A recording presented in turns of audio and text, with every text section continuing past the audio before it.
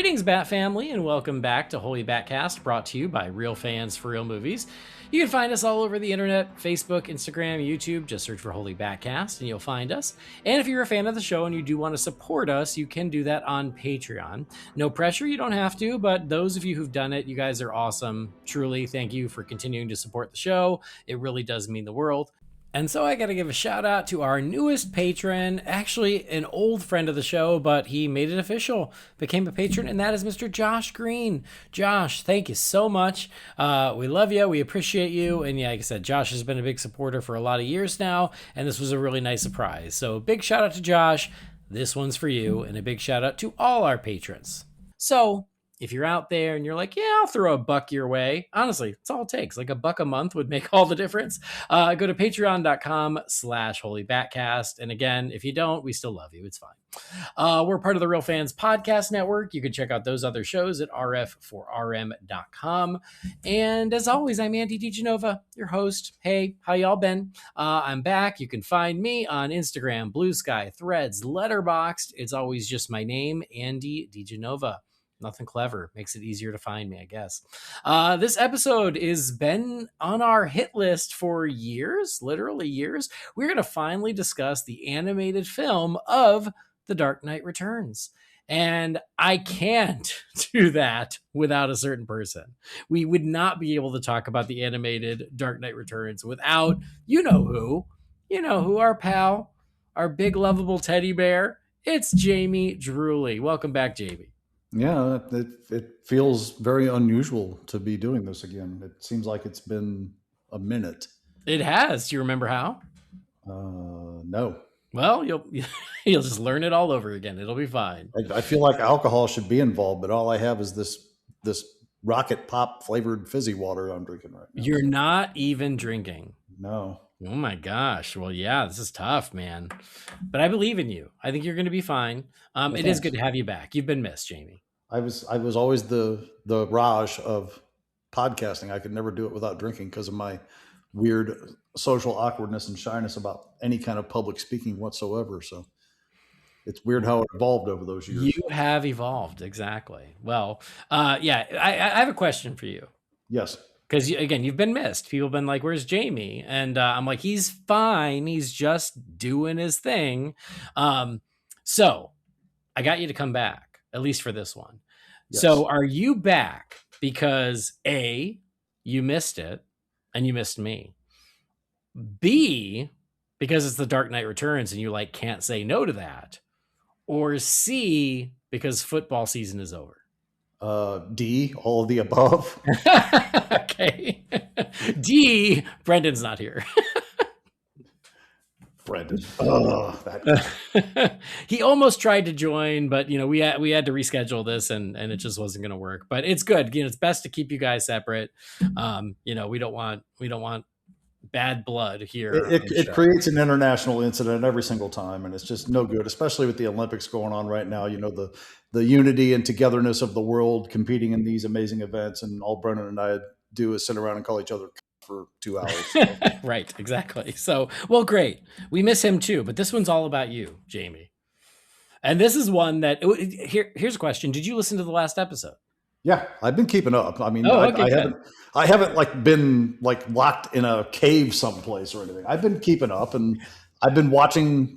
Well, I mean, I've only had to watch one in 9 months, but watching the Batman as you guys have gone through it and everything. But yeah, I've been keeping up. Okay, good. Because I forgot, but I re-listened too to help me remember because I'm getting old. I forgot that in the mailbox, someone asked for the animated version of The Dark Knight Returns. And so just on the last episode, it came up and I was like, yeah, I know, we got to do that. We got to do it. And so that's why when we were trying to plan for today, I was like, hey, maybe this is just the time. So I'm glad it worked out. It was fun to rewatch it. But yeah, it was good timing because one of the listeners brought it up recently and it was like, it gave us that final push that we needed. So I don't remember. We talked I think a lot about doing it for the 10th anniversary a few years back.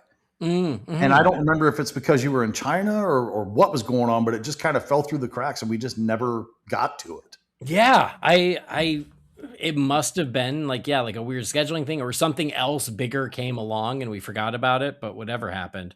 Yeah. And also not to mention like Brendan and Jess are expecting a baby literally any day now. Yep. It has not come. I really hope she comes on the 22nd. So that way their daughter will have the same birthday as Harley, which would be amazing.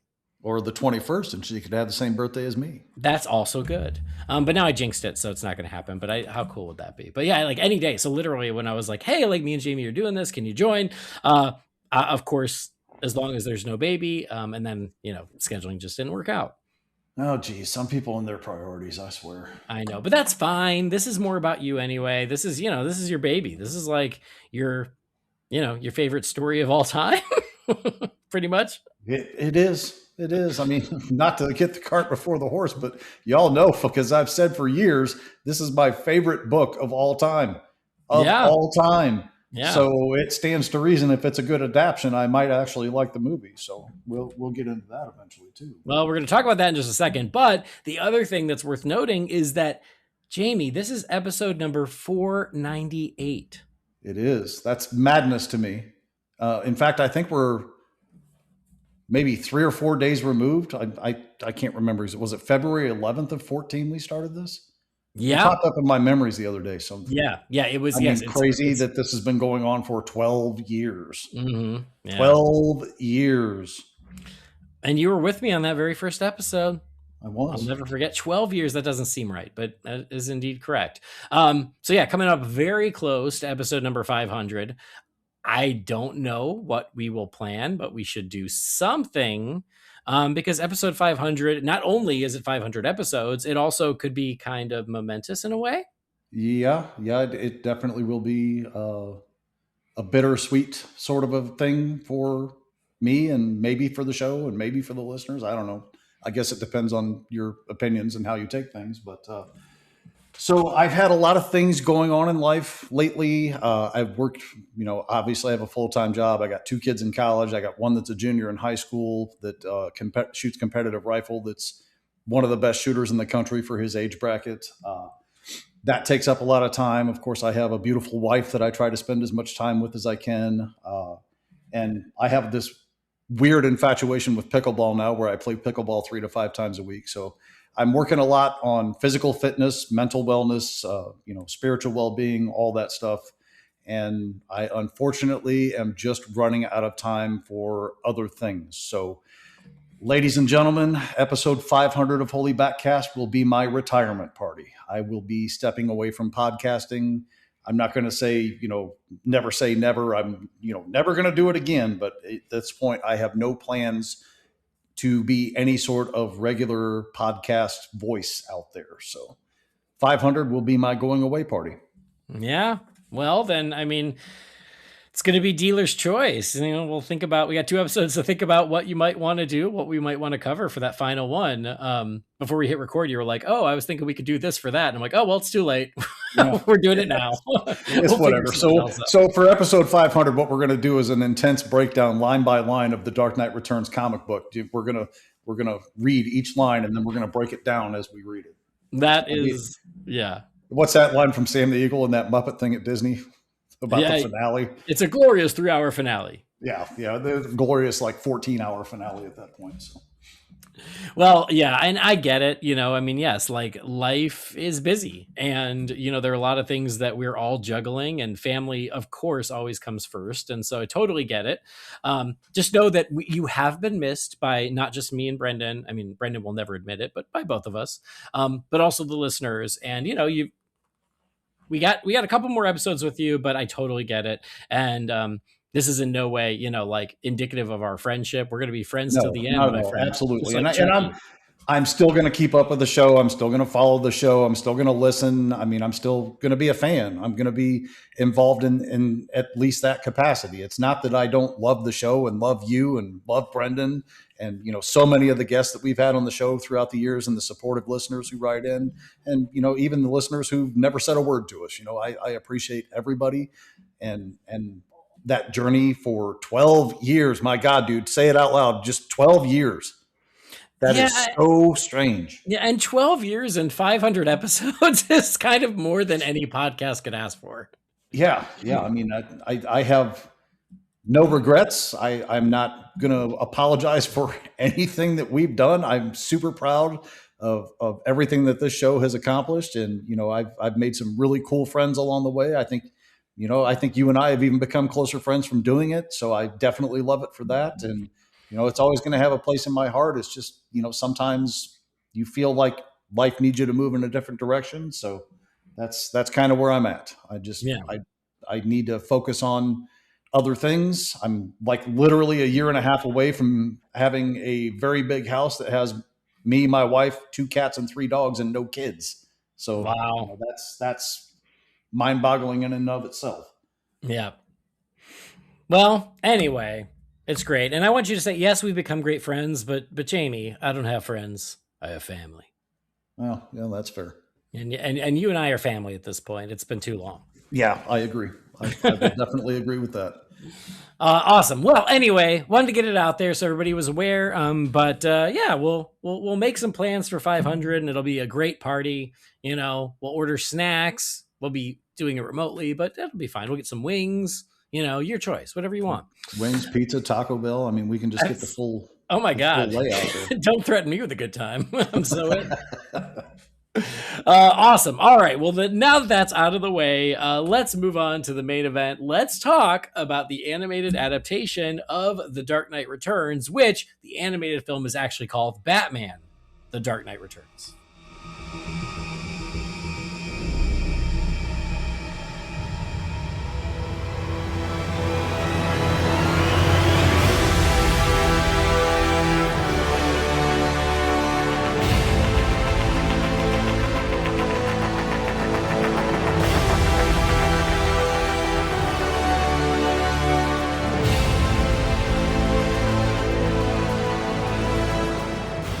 Yeah, they don't want you to confuse it with the other Dark Knights in the DC universe. Exactly. It's got to have Batman in the title. And fun fact, because I used to work in distribution at Warner Brothers, they love having a title that starts at the beginning of the alphabet because it always comes up first for people and more people will buy it and watch it that way. So that makes sense. I mean, that's why Acme and AAA and all that other stuff in the phone book. So yeah. Yep. I remember there were all those mockbusters. They used to always try to put an A or a B in the title, no matter whether it made sense or not. I want to say when they did the Pacific Rim knockoff, they called it Atlantic Rim, just to get the A in there. Anyway, that's neither here nor there, but it's just what I thought of is yes, they want Batman in the title. Also, again, someone searching Batman, it's going to come up. Not necessarily going to search The Dark Knight Returns. So I understand why they did it from a marketing perspective, and it helps us differentiate between the animated version and the book. And it also keeps the confusion from the Black Knight from Marvel. So you don't want to confuse those two. Well, yeah, I mean, all the Black Knight movies, it definitely would be confusing. I mean, he's definitely the A-list character in the Marvel universe right now. Indeed, he is. Every medium. I think they should make The Black Knight Rises, and I would go see it. I might just for the gumption that they had to do it. Right. Anyway, Batman: The Dark Knight Returns. This one, we are covering the entire thing. It did originally release in 2 parts and then released a third time with the 2 parts combined. That was what we watched. But there was part 1 released in September of 2012. Then part 2 was released in January of 2013. And then part 3 was October of 2013. And you brought up that we're we'll do it for the 10-year anniversary. Now, it's better than the 10-year anniversary, the 13-year anniversary. Yeah, makes all the sense. I looked at the dates and I was like, is there any way to spin this for an anniversary? And there literally isn't. It's the 14th anniversary of part 1, the 13th anniversary of part 2. It's completely useless, but whatever. Who cares? Better late than never. That's all I can say. For sure. And again, because everyone has seen it, it's been, 13 years or going on 13 years for the deluxe edition. We thought, let's just do the whole thing anyway. And so this one, it was directed by Jay Oliva. It was written by Bob Goodman and quite a good cast. Peter Weller is Bruce Wayne / Batman. Ariel Winter from Modern Family is Carrie Kelly. David Selby is Commissioner Gordon. Michael Emerson is the Joker. And Mark Valley is Superman. That was one I forgot as I was watching it. I heard Superman's voice. I was like, who the heck is that? And I looked it up, and it was Mark Valley, who I knew from Boston Legal, but I think he also did The Human Target. And he's done a lot of other, TV and stuff. I like him a lot, actually. He wasn't a name that I was familiar with. Yeah, like unless you watch those two shows, you probably don't know him by name. But if you looked up his face, you'd go, "Oh yeah, I think I recognize him." Right? Okay, one of those. Yeah. So I mean, obviously Peter Weller is most famous for RoboCop. Indeed, right? Michael Emerson. I mean, what I mostly know Michael Emerson from is Lost, even though I know he's done quite a bit since then. I mean, that's his big calling card. Yeah, sure. Yeah. So I mean that. When those were announced, I don't know Ariel Winter. I didn't watch Modern Family. For some reason, my daughters are like obsessed with that show now, which is kind of weird because hasn't it been off for like 5 or 6 years? It has, but I feel like it has gotten a new life on streaming, and rightfully so. It's hilarious. I think you should watch it. It's great. But yeah, it's sort of enjoying a bit of a second life, which is great because I think it's one of the best sitcoms. So I don't remember because it's been probably 15 years or more. I think I was actually still living at the old house when this happened. I moved here in 2016. So I've been here it'll be 10 years in June. So it's been at least 10 years, maybe 15. Mm-hmm. And I saw a commercial for an upcoming episode of Modern Family that absolutely floored me with laughter. Mm-hmm. And I don't remember exactly how it went because it's been a while, but essentially the couple, the bigger guy and the skinny guy gets duped into believing they're having a Halloween costume party at his office. Yes. So he dresses as Spider-Man. Mm-hmm. And he goes to work and he's the only one wearing a costume. Yes. And he goes and hides in the bathroom stall and he calls his husband. And he's like, "Oh my God, I can't believe it. They tricked me into believing this was a costume party. So I'm dressed in Spider-Man tights and I don't know what to do." And he's like, "Ooh, hot. Who is this?" And I lost it. I thought that was so funny. And for some reason, even though I thought that was hysterical, I never thought, well, maybe I should start watching this show. I just, kind of broomed it under the rug. I've never seen a single episode of it, but that was just, my gut still hurts from laughing so hard at that. So it is so funny. It's great. You should watch it. And especially like they have great holiday episodes. They have good Thanksgiving, they have good Halloween, and they have good Christmas. I just watched a Thanksgiving one this last Thanksgiving, and it was the same thing. It was Mitch and Cam, the gay couple, and they were like keeping secrets from each other. And the sister goes like, "What if he's having an affair?" And Mitch goes, "I think it's cute that you think that either of us could have an affair. We're just so tired." And like me with 2 little kids at home, I was like, God, I feel that. like there's just no freaking way. Not that I would want to. My wife's the best, but it just cracked me up. We're just so tired. Anyway, I wanted to tell you a Mark Valley story real quick, because if you remember way back when, in my youth, when I used to do stand-up out here in LA, I actually performed stand-up with Mark Valley here in Burbank. Oh, cool. And again, like he's an actor. At that time, I think he might have been between shows or whatever. And I just got the feeling that he's like, "Hey, I've always wanted to do this. I'll give it a shot." He wasn't the best stand-up, but he was a very nice guy. I got to meet him at the show and he was really nice. So I just thought that was funny. It just seemed like an actor who was like, well, let me try to flex a different muscle. I'm going to try stand-up. Anyway, quite a good voice cast here for The Dark Knight Returns. And I do remember, Jay Oliva is a bit of DC royalty at this point. He has done so much amazing stuff for DC. For sure. And I remember he was on Fat Man on Batman when this movie was coming out, talking about how, the pressure to make it great because of just how historic the book is. And, not to put the cart before the horse, I think he succeeded. But as I was watching it, I remembered things he said when he talked to Kevin Smith about this movie. Yeah, I think I had stopped listening to Fat Man on Batman by then, or right around. Well, that was when it was still about Batman. So that was when I still. Well, it would have been before Bernardin, so maybe I wasn't, because Bernardin's why I quit listening to that show. So maybe I did catch that, and I just don't remember because I'm old, and they say memory is the first thing to go. I turned 51 on Saturday, dude. 51. Oh my God! Happy birthday! 51. Wow. Yeah. Tell me. So that means we started this show when I was 39. Oh, wow. 39. Yeah. Wow. Yeah. Think about that. I know. I'll cook your noodle. All right. So there were two different parts, but altogether it is one glorious 2.5 hour movie. And the other night I had a blast sitting down and revisiting it. In fact, I was sitting down. I was like, sorry, honey, I have to watch The Dark Knight Returns.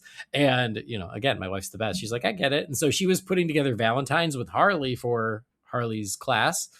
And Harley helped for like 5 minutes. And then she goes, I want to watch Batman with Daddy. So then she came and she sat and watched a lot of this with me. And whenever Batman would do something awesome, she was like, yeah, Batman, woo! And that made me very proud. So, I mean, we'll just go ahead and make that announcement now. Harley will actually be taking my place as co-host of the show. So, we're only, I think, a couple years from that happening. And I think that's fine. I think that's a great plan. The future looks bright. Yeah, I'm with it. So anyway, yeah, she watched some of it with me, which I thought was awesome. But it was also fun because I don't remember if I ever sat down and watched both parts together when it came out. I feel like I might have, but like I said, it's been 13 years. I don't remember. So it was really fun to revisit and watch it all as just one big epic movie instead of watching part one and then waiting a few months and watching part two. That was really fun too. But all that is to say, let's start with our overall thoughts of the film. I already hinted at mine. You kind of hinted at yours, but go ahead. I mean, is this going to surprise anybody how much I love this movie? I really don't think it is. Actually, going just to step back for a second. So I watched parts 1 and 2 individually a couple of times before the deluxe version, which was both parts together, was released. And I cannot for the life of me remember, because going back that far, I don't think they added anything to it. I literally think there's just a scene of transition from the first part to the second part, and there's no like bonus anything in there from it. I don't. That is my recollection as well, is that there was no added material. Okay. So, yeah, I mean, when this was coming out, obviously I was very, very excited for it. Again, favorite book of all time, avid comic book fan since I was a wee child, favorite comic book of all time. And, this coming out, I was like, oh yeah, I hope they do it right. I hope they do it right. And, I thought they're never going to adapt it frame by frame. They're not going to capture Frank Miller's artwork, which I know is divisive to some people, but to me, it's just part of that book, and part of the history of that book is that artwork and, the grit that it adds to it. I thought they're not going to do that, so hopefully it's not overly polished. Hopefully they get the gist of it right. And I got to be honest, I think they nailed about the best adaptation I ever could have possibly asked for.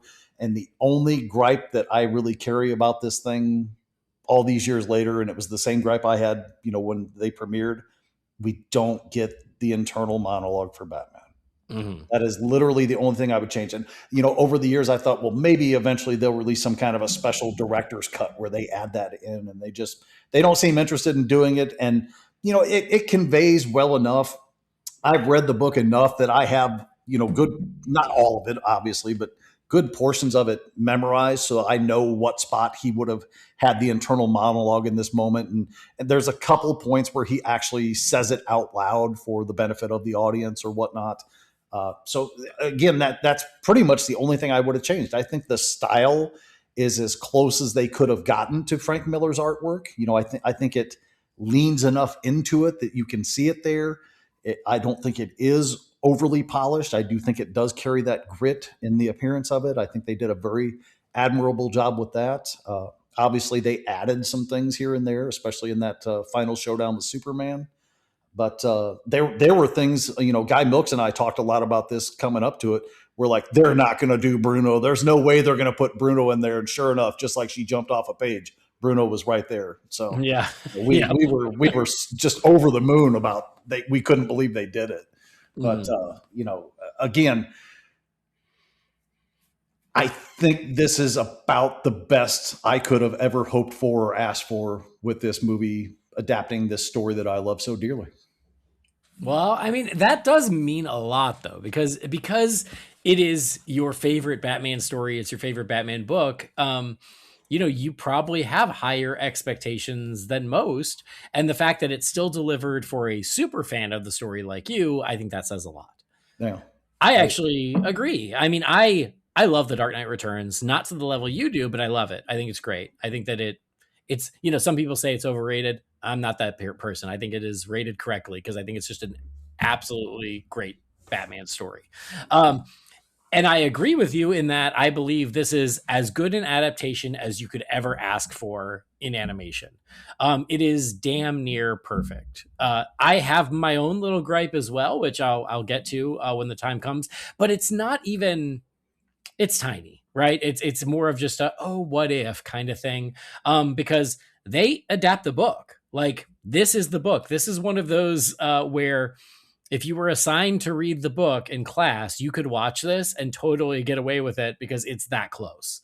Pretty much. But in the best possible way. I do think that this is the gold standard in how to adapt a famous Batman book or arc in animation, because they've done a lot of it and some with not such great results. I'm looking at you, The Killing Joke. I'm also looking at, Hush and Year One. Like Hush was okay. Year One, I haven't revisited it, but my memory was it wasn't great. So they've done a lot of these like landmark Batman stories in animation, and some have been pretty good, some have been pretty bad, but The Dark Knight Returns is great. It's all you could possibly ask for in an animated version.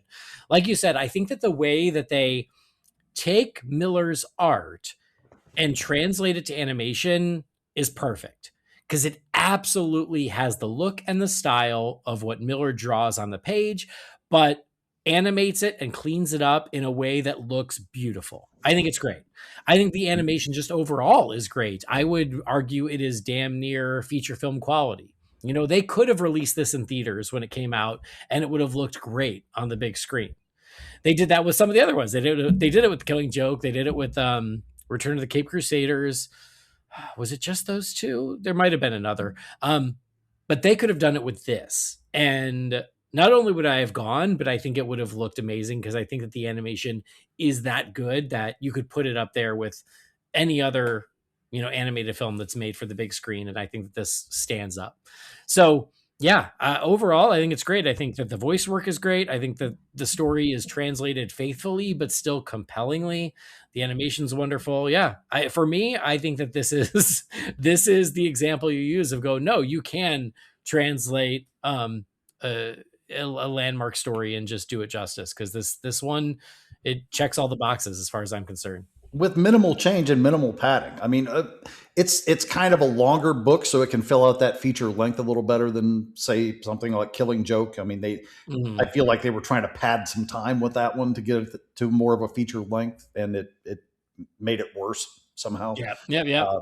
I don't. Obviously, this one they didn't really have to do much in that regard. Two things I wanted to make sure that I brought up, and I want to say it now just so that I have it out there. Number one, there are a lot of really memorable, classic, Hall of Fame splash pages in the Dark Knight Returns book. Mm-hmm. And I have to believe Jay Oliva is directly responsible for this. Almost every single one of them, if not every single one of them, gets its moment in this story. Yes, and the covers, which I loved, is they animate the covers into the story, and I thought that was an amazing touch. Agreed. Especially the lightning strike. I mean, it's so brief, it's so quick, but it's so perfect. Yep. And the other thing I want to mention is, and this is because this is the only one of the DC movies I can ever remember really doing this with. I want to give a big tip of the hat to Christopher Drake, I believe is his name, that did the score, because I watched this a few days ago, because we actually planned on doing this a couple days ago, and scheduling pushed it back, of course. The score has been playing in my head nonstop since, without me even having to listen to it individually. Like, it's going through my head right now, those drum beats and stuff. God, it is a fantastic score that I think is up there with some of the best movie scores that I've had on my playlist over the years. Yeah, completely. Is it John Williams level? No, but is it that far back? No. Yeah, I completely agree with that. I think the score is terrific. And I think what it's missing, at least for me, is like it doesn't have like a recognizable theme that I can think of, but what it does so well is it ratchets up like the tension and excitement in other particular like sequences. So like I think about like the scene with like Batman and Joker in the Tunnel of Love. The score in that sequence is so good, and it really ratchets up the tension. And yeah, this score is great. This is one of those where it's like everyone knew the importance of the assignment, and they're like, we've got to get it right, and everyone stepped up and delivered their best work, like all around, Oliva and the actors and the animators, and then the composer as well. Yeah, I agree. Except for the one thing, and I don't know if I ever even necessarily would have caught this if it hadn't been pointed out by Kevin Smith. There's that scene in the last part, right when the showdown with Superman is starting, and he has the rocket launcher that's hooked up to the X-ray vision. So if the X-ray vision goes off, it triggers this rocket to fire, and it says detected, like X-ray vision or X-ray detected or whatever it says. I can't remember now because all I can ever focus on is the spelling error of detected. Oh, I never noticed that. That's why I say I don't know if I ever would have caught it if Kevin Smith hadn't pointed it out. So yeah, I definitely didn't notice that, but next time I guess I'll keep an eye out for it. But yeah, I mean, like even just pulling from like the very memorable style of the book, like the way they do like the newscasts and stuff, and the talking heads and the interviews, and like all of that in the book is a very big part of it, and helps bridge the story. I love the way they do that here, and like the way just they animate the newscaster, the one with the blonde hair that has that very distinctive look. Like as soon as I saw her, it took me back to reading the book. I was like, oh my god, like they just did her.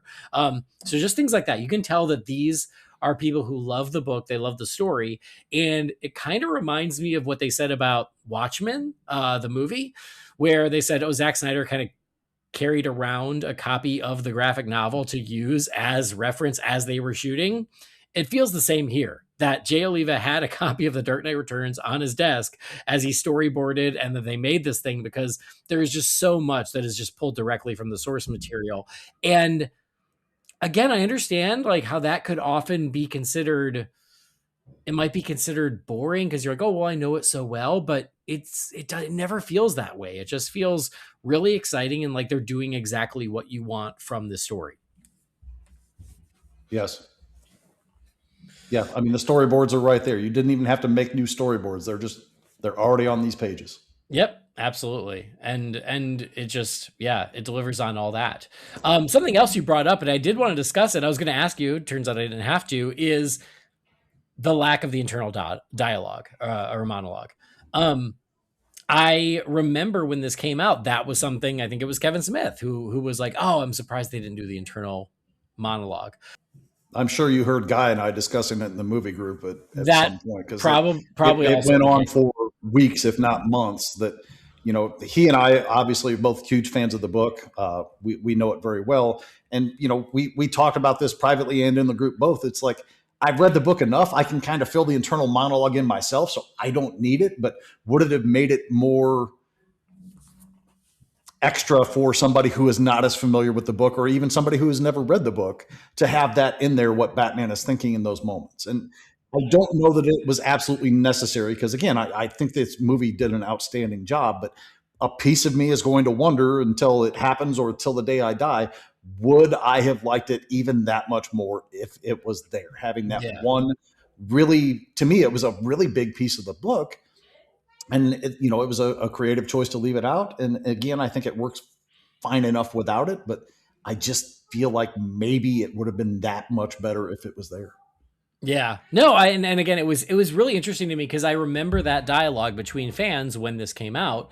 And for me, I absolutely see both sides. And so I don't have a preference. I'm actually like, you know what?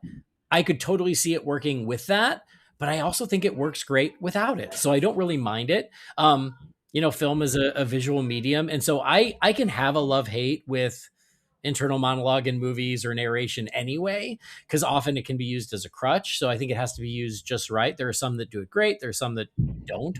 And And so for this, I'm like, I actually love that they're like, we're not relying on that to tell the story. It's a visual medium. We're telling it visually. The one exception I will make is I'm okay with him not thinking at the beginning this will be a good death, but I wish he would have said it.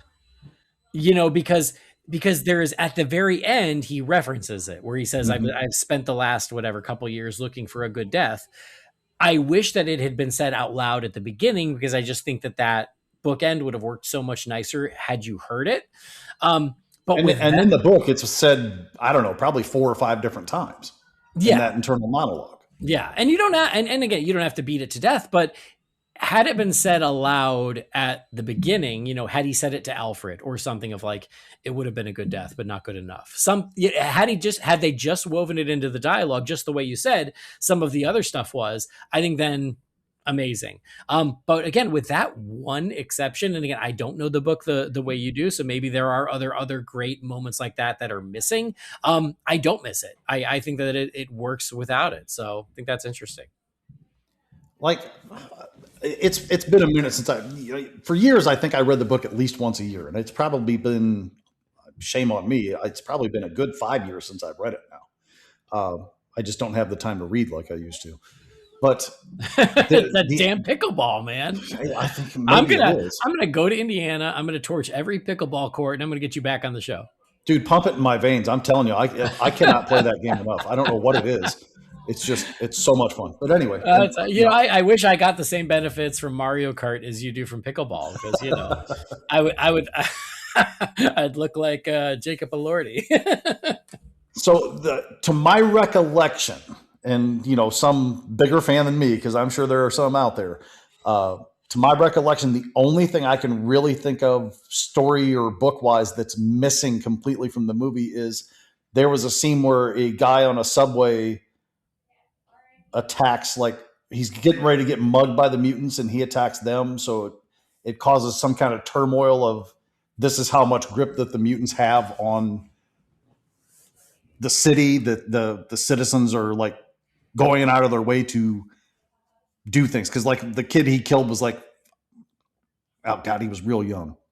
I don't even remember it now. It's been a minute since I've read it, but it's basically a sequence that happens on a subway where a guy's about to get mugged and he pulls out a gun and it just gets ugly. So, okay.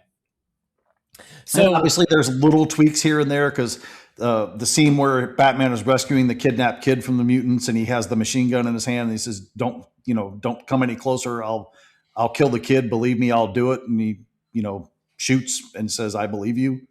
That was directly in BVS, which by the way, that turns 10 next month. I do. Do we do it? Do we commentary that as your final episode?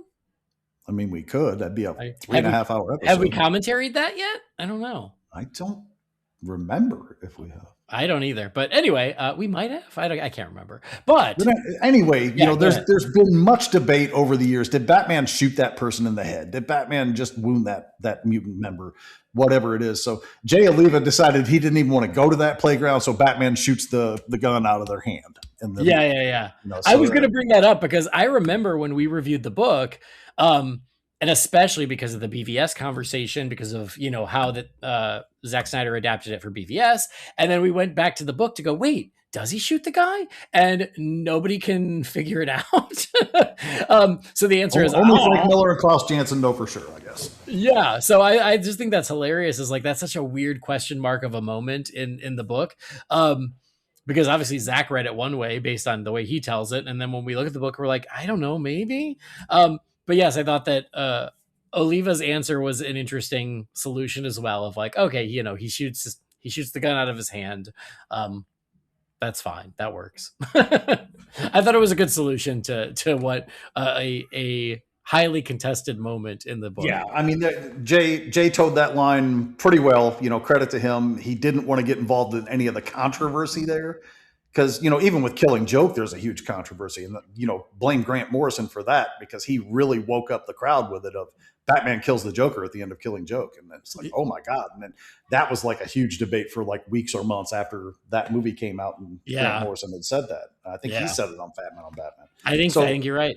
there's a lot of things that fans will talk about for weeks, months, years, whatever, decades even. Jay just decided, you know what? I'm not towing that line. I'm just gonna, dip around it a little bit here. And I don't have a problem with him doing that because I get why you wouldn't want to get in the middle of that. Yeah, no, again, I for something in the book that is open to interpretation, that was his interpretation, and I think it was a very smart call. But when it happened, I was like, oh yeah, that takes me back. Because there are things like that, just very iconic moments from the book that it is really cool to see brought to life in animation, and that was one where I was like, oh yeah, nice. You mentioned Bruno because as apparently this episode of Holy BatCast is brought to you by the old version of Fat Man on Batman, because I remember Bruce Timm being on Fat Man on Batman talking about this because he's one of the producers, being like, yeah, I didn't know if they were going to let me do like a lady who's got swastikas on her boobs. But we did it. and you're right. Like, it does take you back where you're like, huh, I guess that was okay. And especially because this is a PG-13, I feel like some of these animated movies eventually ended up being R, but this one's still PG-13, but they managed to get away with doing Bruno. Well, I don't even know if they had an explicit label on books back in '86 when this came out, but I don't recall these books ever having them if they did. Yeah, it's just, it was one of those where I think Harley had finally gone to bed, so that was good. I didn't know how she would react to that one. But that sequence does crack me up because I feel like there are some filmmakers who once they reveal that like the gross old lady is Batman, there are some filmmakers who would have him take off the mask and then the rest of the sequence would proceed with him as Batman. But this one, oh no, the entire sequence is it's unintentionally hilarious of just this old lady who looks homeless, like beating the crap out of these guys and chasing after the bad guys. It just makes me laugh. Just the visual of Bruce staying in that costume for the entire action scene. And straight out of the book, no less. Yeah, that's how it played out in the book too. So. Yeah, that was my memory, but it was just funny because I was like, you could have had him pull off the mask, but no, you committed to the old lady, and I respect that.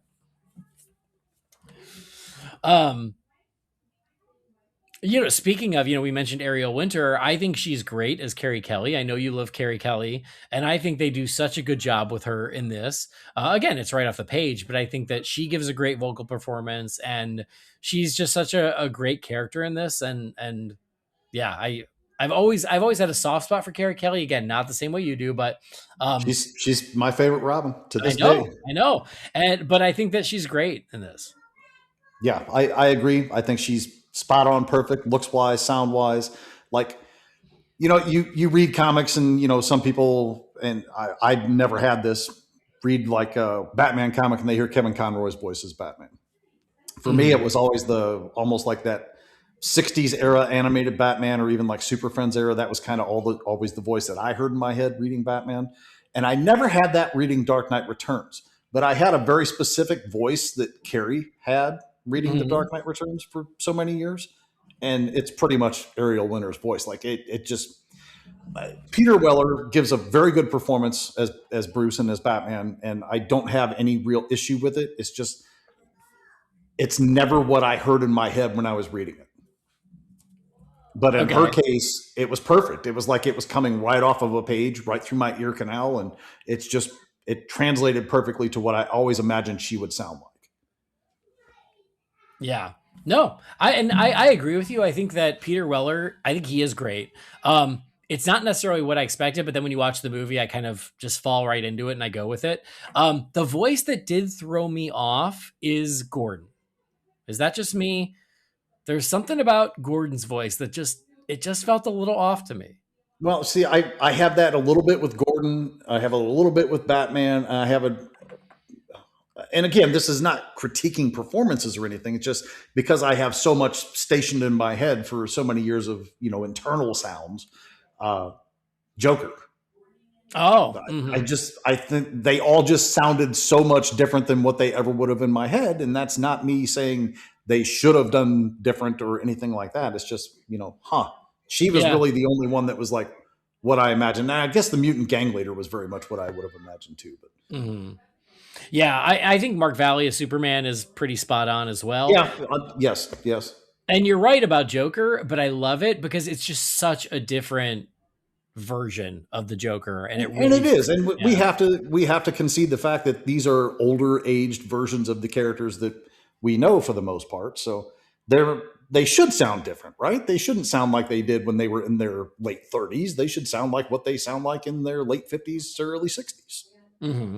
So I'm Yeah. not going to rip this thing's head off about that. It's just I had a very distinct way that things sounded in my head as I was reading the book, and most of these didn't really do that, other than Carrie and Superman Yeah. and the mutant gang leader. Yeah, fair. Did you happen to catch who voiced Alfred? I did, but I don't remember now. Michael Jackson. That's right. Michael Much different than you would Jackson. have thought he would have sounded. I know, like what a chameleon! I would never would have guessed it. Obviously, it is a different actor named Michael Jackson, but it made me laugh because I was like, oh wow, You're that's so ignorant. That's ignorant. yeah. He just kept wanting to offer Bruce a blanket.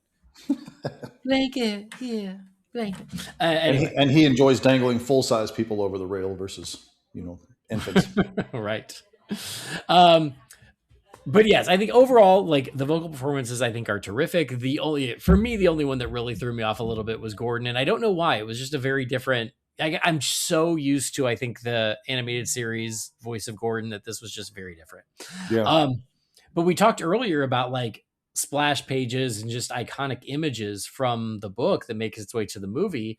Yes, you mentioned the amazing shot of the silhouette with the lightning, which is the most famous image from The Dark Knight Returns, and boy, do they do it right here.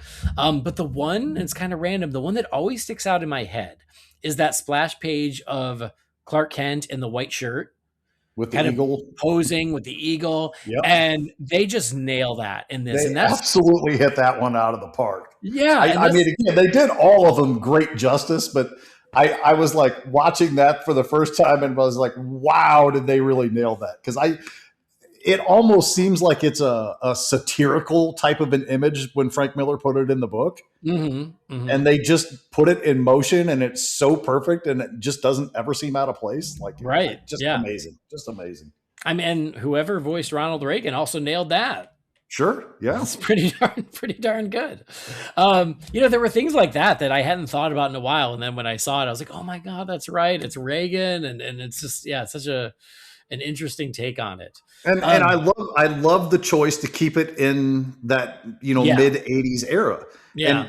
And I think it might have been Jay Yaws that pointed it out to me, because I didn't notice it the first couple of times I watched it. When they're in the convenience store with Batman disguised as the old lady and Bruno and stuff, the comic books that are on the rack in there are comic books that would have been on the rack in 1986. Mm-hmm. Nice touch. Beautiful. Yeah, I love that. And like, I'm trying to review the adaptation and not the source material, but it's tough to do because there are just so many things about the story that I think are really smart, but that all goes back to the source material. But if you think about, like, there is in part one, or in this case the first act, there is the story of Harvey Dent, who comes out cured, and it turns out he's so broken that even he can't see that he's cured, and there's that. And I appreciate, like, in this case, Miller was making the quote unquote the final Batman story. And so he wanted to have an ending for Harvey Dent, an ending for Batman, an ending for Robin, an ending for Joker, an ending for Catwoman, and even something of an ending for Superman. So if you look at this story as like a series finale, or one possible version of a series finale for all these iconic characters, I always thought that was so interesting of Miller's priorities of being like, well, if it's the final Batman story, we've got to do Two-Face, Joker, Catwoman, Superman. We got to do those four things. And I think that's fascinating. And even, honestly, even the ending of Alfred. So I also think that the Harvey Dent thing is a great way to, like, get into the story of, kind of like the first hurdle to get through before you then move forward. Yeah.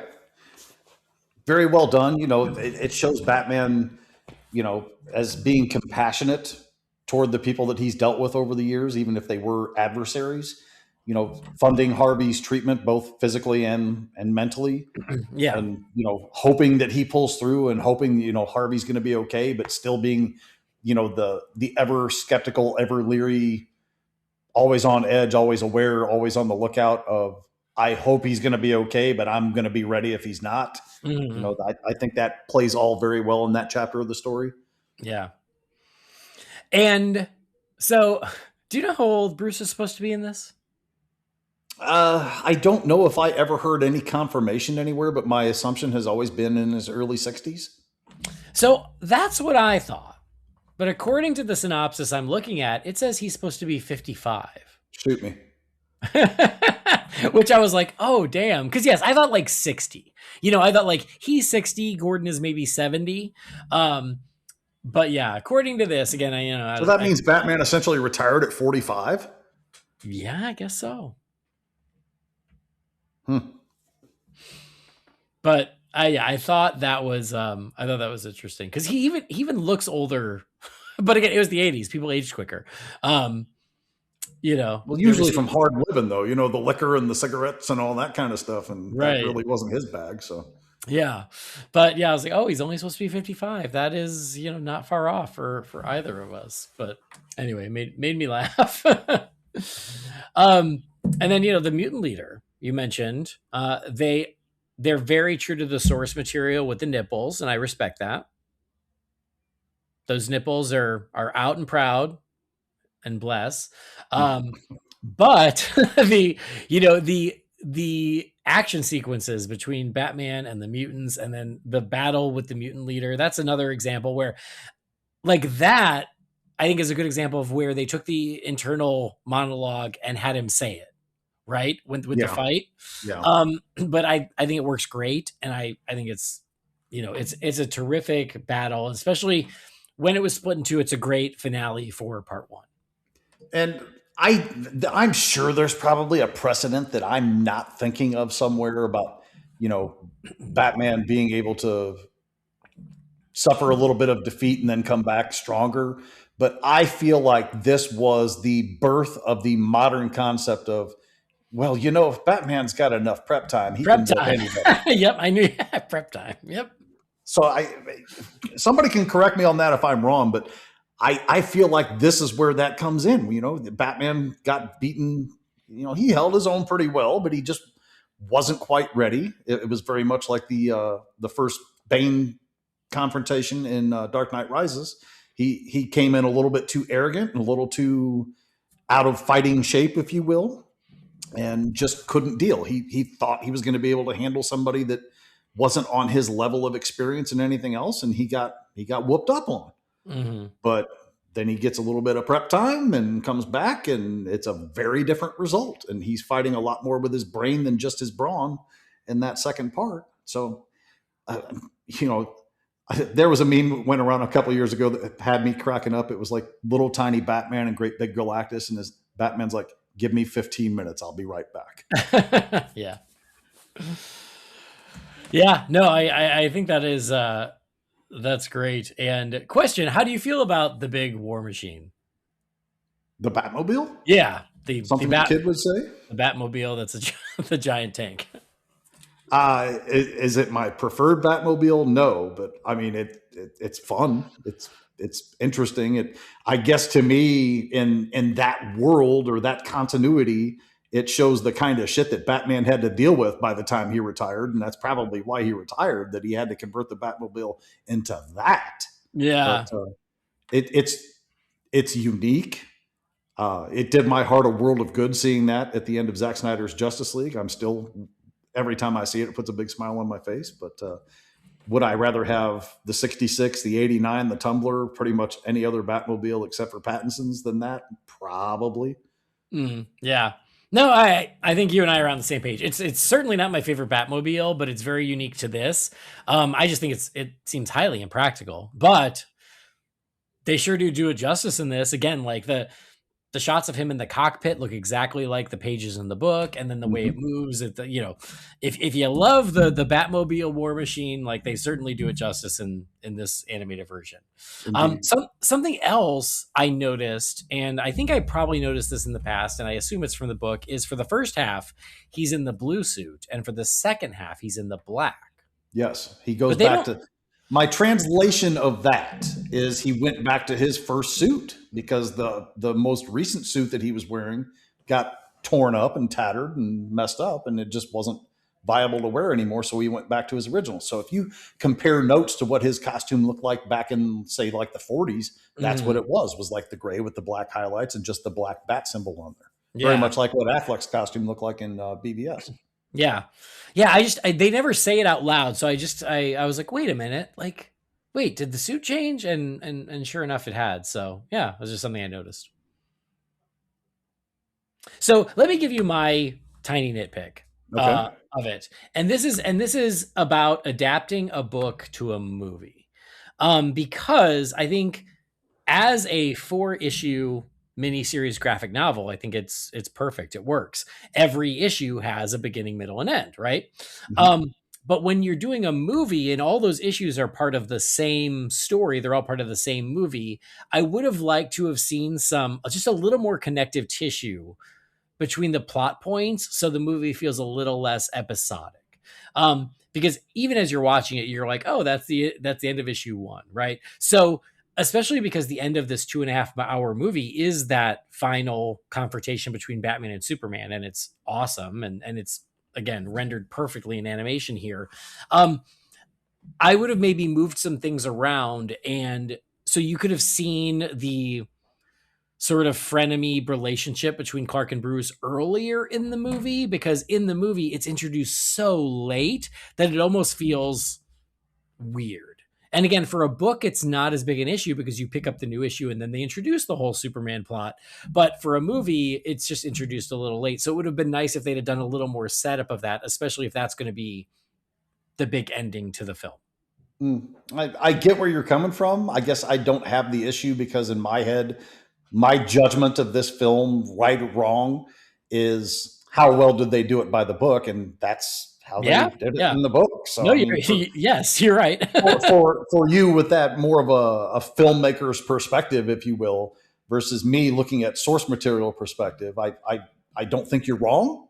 I don't think I would have had a problem doing it your way, but adversely, them following the way the book did it didn't faze me because it didn't offer me any surprises in that regard. So I guess since it didn't put me off of that track, it never dawned on me that it, narratively speaking, in a motion media platform, maybe that would have been the right thing to do.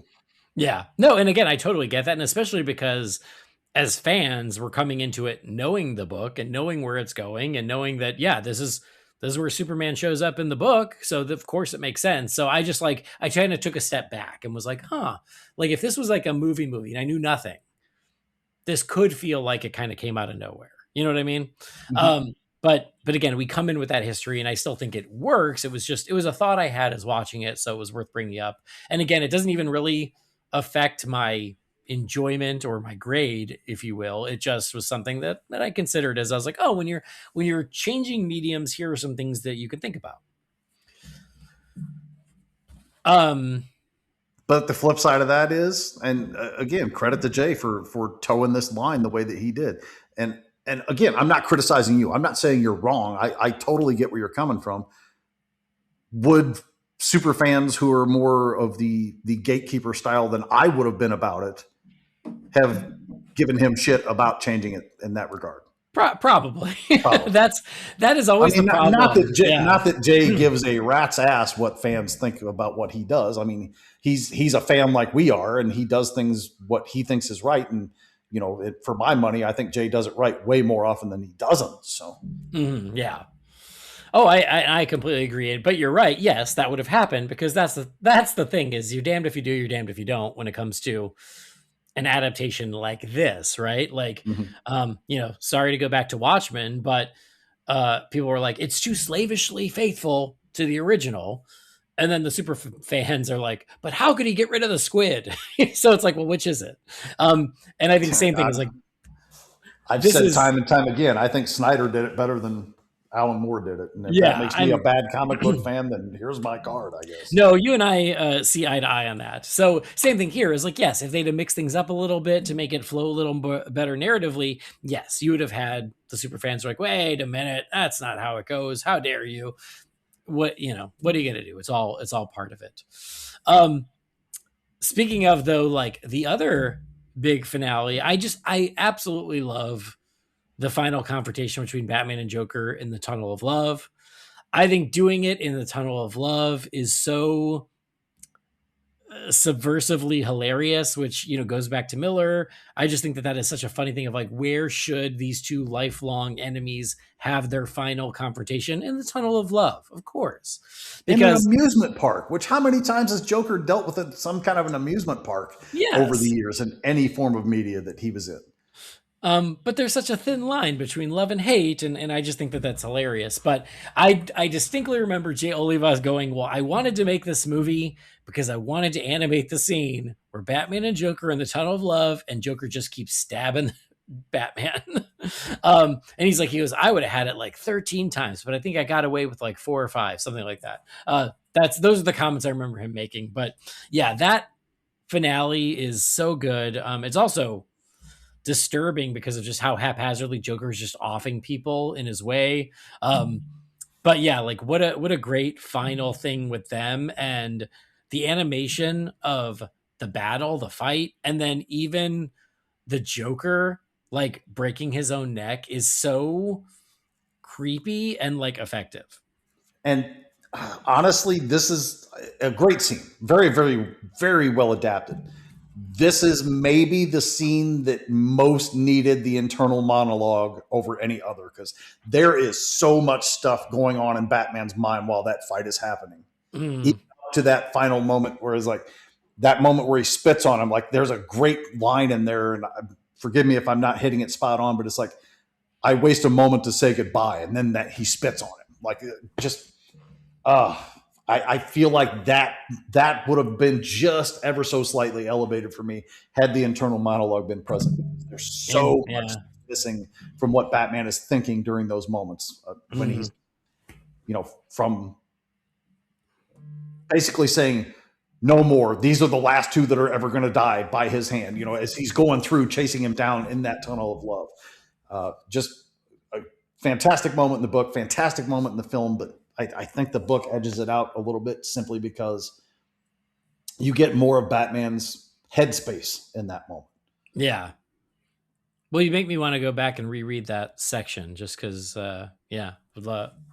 And just Batman, even the internal monologue talks about, I'm trying to basically take the life out of him, and he's stabbing me. Like, I forget how it plays out, but he basically says he's stabbing me very quickly, or like stabbing me a lot or something like that. So that's probably where Jay's getting the thing about, 13 times and got away with 4. Because I mean, that whole thing, that whole page of panels is Batman's hands around him and Joker's just stick. Yeah. Backing up to the Joker on the talk show. I love having Conan O'Brien being the voice of the talk show host. Yes. I think that's such a fun thing. And then Andy Richter is his sidekick. Yes. Yeah, that was well done. I enjoyed that. Is it David Endicrin? Endicrin, yeah. Yes. It was so random. I will tell you, like the whole thing, and again, this goes back to the source material, but the whole thing with the therapist, the doctor who is there defending the Joker every step of the way. Yes, Dr. Bartholomew Wolper. Oh my God. And that's Michael McKean. Even though I hated him, he was always one of my favorite characters in the book, because like you'd read it and you'd just be like, how clueless is this SOB? Yeah. That he thinks that he's doing right by saying Batman's the problem and everything else. And it just cracked me up. And in fact, credit to Kevin Smith. And I even sent him a tweet that Kevin, favorited and retweeted years ago. I want to say it was Widening Gyre, which was a Batman comic that Kevin wrote. And he had Dr. Wolpert in it on a show talking about what a menace Batman is to society. And I was like, dude, well done. Well played. The Wolpert cameo was priceless. And it did my heart a lot of good. Oh my God. That's awesome. Yeah. That whole thing of him being there and like supporting the monsters and blaming Batman, and then just to come to his end on TV with the Joker, that whole sequence, I mean, it just cracks me up. And I was saying, I think Michael McKean does the voice of him, which yes, that's correct. Cool. Yes. Yeah. And I also love that Lana Lang is like Batman's biggest supporter in the media, saying, keep kicking ass out there, basically. Yes. Yeah. I love that too, of like checking in with those random cameos of like Lana Lang out there being a talking head in support of Batman. So here we go. Something that came up earlier. We were talking about like, okay, there was part 1, there was part 2, and then there was the combined. I guess part 2 opens with a newscast that kind of catches you up, and that's cut out of the deluxe edition because you don't need it. Okay. So you actually get less in the deluxe edition, technically. Well, boo, I guess I'll have to watch them separately from now on. I know, right? So yeah. All right. Well, there you go. Interesting. Now we know. I'll tell you what. One thing that I've never been a huge fan of, and this is not the movie. This is from the book. But like the flying Cabbage Patch Kids, I think are so weird. They are, but they're cut way down. Like they talk in the book. Oh, okay. I kind of remember that. The big guy that is like the creator of them. I don't remember if it's like Toy Man or what the hell it is. But it's not Toy Man, but like it made me go, why didn't they just make that Toy Man? Because it certainly felt like just another version of it. Okay. Yeah. I didn't know. I don't know Toy Man well enough to say. Obviously, I knew he was working with Joker in that moment, but like he keeps trying to tell him to do stuff, and they're like cussing at him and giving him sass and telling him he smells like rotten milk and all this other stuff. And then he actually meets his demise in the book differently than he does in the movie. Oh, really? I mean, it's not like, so I think in the book, he falls from one level of the roller coaster and smashes his head on another. Okay. And in this one, Carrie and he are kind of having their confrontation, and she kicks him up and he gets hooked on that chain, and it goes up and it squishes him like a grape. All right. So there's a little bit of variance there, but I don't mind the change. Not having the two dolls talk and do the stuff that they do, because Miller loves to make bizarre choices in his books. I'm never going to say he doesn't. As much as I love him and he's my favorite writer for comics, he does sometimes make some choices that people are just going to scratch their heads or be like, what the hell were you on when you wrote this, dude? So yep. And that's how I've always felt about the dolls, because I'm always like, God, that's just so bizarre. And I think that the movie adapts them as well as anyone could. It's just a really weird element that, like you said, when you read it, you go, all right, Miller, what was going on? What was going on? That you're like, and then there are 2 flying Cabbage Patch Kid dolls and they gas everyone. Yeah. Bizarre choices. But yeah, do your thing, man. That's all right. But even when he makes bizarre choices, and even when he writes books that people may not think as much of, like I know people hate The Dark Knight Strikes Again, which I don't. I like it. Is it as good as the first one? Hell no, it's not even close. But I actually like the whole saga. And by the way, for anybody out there that's never read Dark Knight Returns: The Last Crusade, that is a fantastic book, mostly a Robin story. Check it out. It's wonderful. Anyway, well, here's the bad thing. If with you retiring, who's going to come on and defend The Dark Knight Strikes Again? Yeah, probably nobody. I seem to be the only person in the world that will say out loud that they like it. Paul Herman likes it. Do you remember Paul? Yeah. He likes it, I think, if I'm remembering correctly. But when that came, not when that came out, by the time I read it, it had already been out a while. And I had already knew its reputation. And I was like, surely it can't be that bad. And for me, when I read it, I was like, oh, or it can. I guess they did. But it's not going to work for everybody. I really admit that. My memory is DK3 was pretty good. But DK3 was great. Yeah, I remember enjoying that. And I was like, okay, well, good. At least there was a bit of a rebound there. And I can't remember. I feel like I did reread The Last Crusade, but I can't remember. Yeah, it was just a one shot. I mean, it Yeah. wasn't like a mini series or any of that. Just a one shot, like a premium format. I don't remember if it was like 40 pages, give or take, but yeah, just a really good. I would argue that outside of just speaking from the comics perspective, outside of the original 4 books of Dark Knight Returns, I think that's the best thing in the whole series. All right. And Great. again, that's somebody that's a fan of the whole series. So. But anyway, what I was going to say is like Miller had something to do with God, what was it? Just Batman and Robin or something like that, and it wasn't called that. But there was a lot of backlash for how he did it. Oh, was it? Oh my God, I know what you're talking about. All-Star Batman and Robin. Thank you, All-Star Batman and Robin. Yeah. So I don't love that one. I don't hate it. I don't love it. But there was a moment where they had to have some kind of a showdown with Green Lantern. So Batman has Robin paint this entire room yellow, including himself, and Robin beats the hell out of Green Lantern because he's in yellow and Green Lantern can't do anything about it. And I just thought that was genius. I don't even know if I remember the reason for him doing it was okay. I just remember that was pretty freaking clever. So, and anyway, that was a long-winded way of me saying that even when Frank Miller is being weird, he's still pretty brilliant in his own way. So.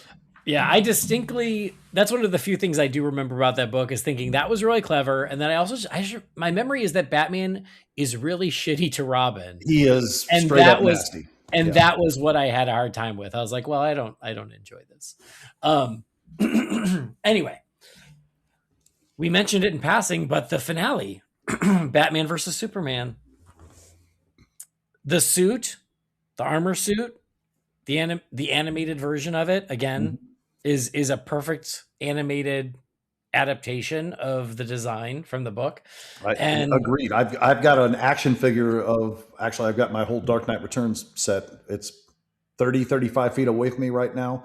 Okay. And looking at it and looking at what happened in that movie, I mean, it's like, it's perfect. Yeah. I couldn't have asked for better. But then the fight itself, it's terrific. And again, it's pulled right from the book, but it's exciting. It's well animated. It's great. There's a lot added to it. The fight pretty much just is them thrown down by that lamppost in the alley in the book. There's a lot added to it in the movie. And here's the part where I'm going to be a little sacrilegious. I think they might have actually done it a little better than the book did. Wow. I mean, but I mean, it is the final battle of the movie, so it needs to be big and exciting. And you're right. Like, if there's something to add to, that's a good way to do it. Yeah. I mean, first things first, I do believe, and maybe I'm translating wrong, I don't know. In the movie, the suit has way more power than it does in the book. Like, I feel like it's much more of a protective suit than a power suit in the book. Because he's fighting him with like the modifications and the sonic blaster and the stuff like that. But in the movie, they're out there showing him lift up the 89 Batmobile. Yes. Yep. Love that. That I don't recall anything in the book that talks about all these physical strength enhancements that the suit provides, but maybe that's just me being a bad fan and not remembering. But I think they elevated the power of that suit for this fight. And the fight goes on in different locales and different lengths.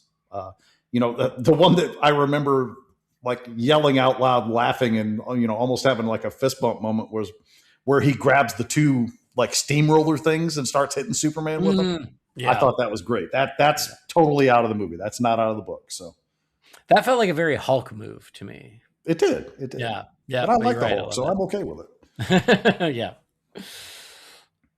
No, it's a great final battle, and I freaking love it. I also think that like just the little snippets you get of Superman doing his thing out there are pretty awesome.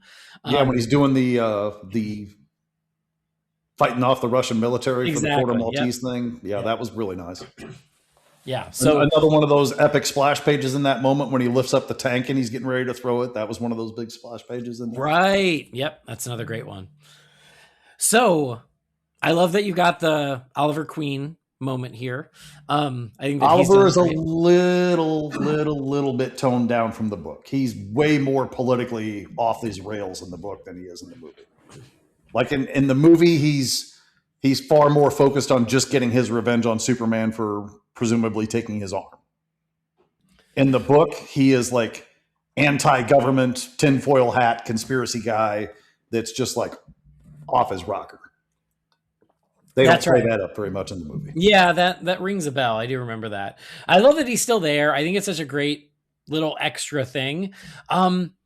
My question is, for someone who knows the saga better than I, do they ever give the backstory of what happened to Oliver? No, it's all just assumptions that you make on your own, and that the assumption I've always had, and I think most will agree with me, is that they told the superheroes that they needed to stand down. Oliver said, "Sorry about your luck. I'm going to go do my own thing." And he continued to do his own thing. So they sent Superman to stop him, and he wouldn't back down. So Superman took his arm so he couldn't be what he was. Yeah.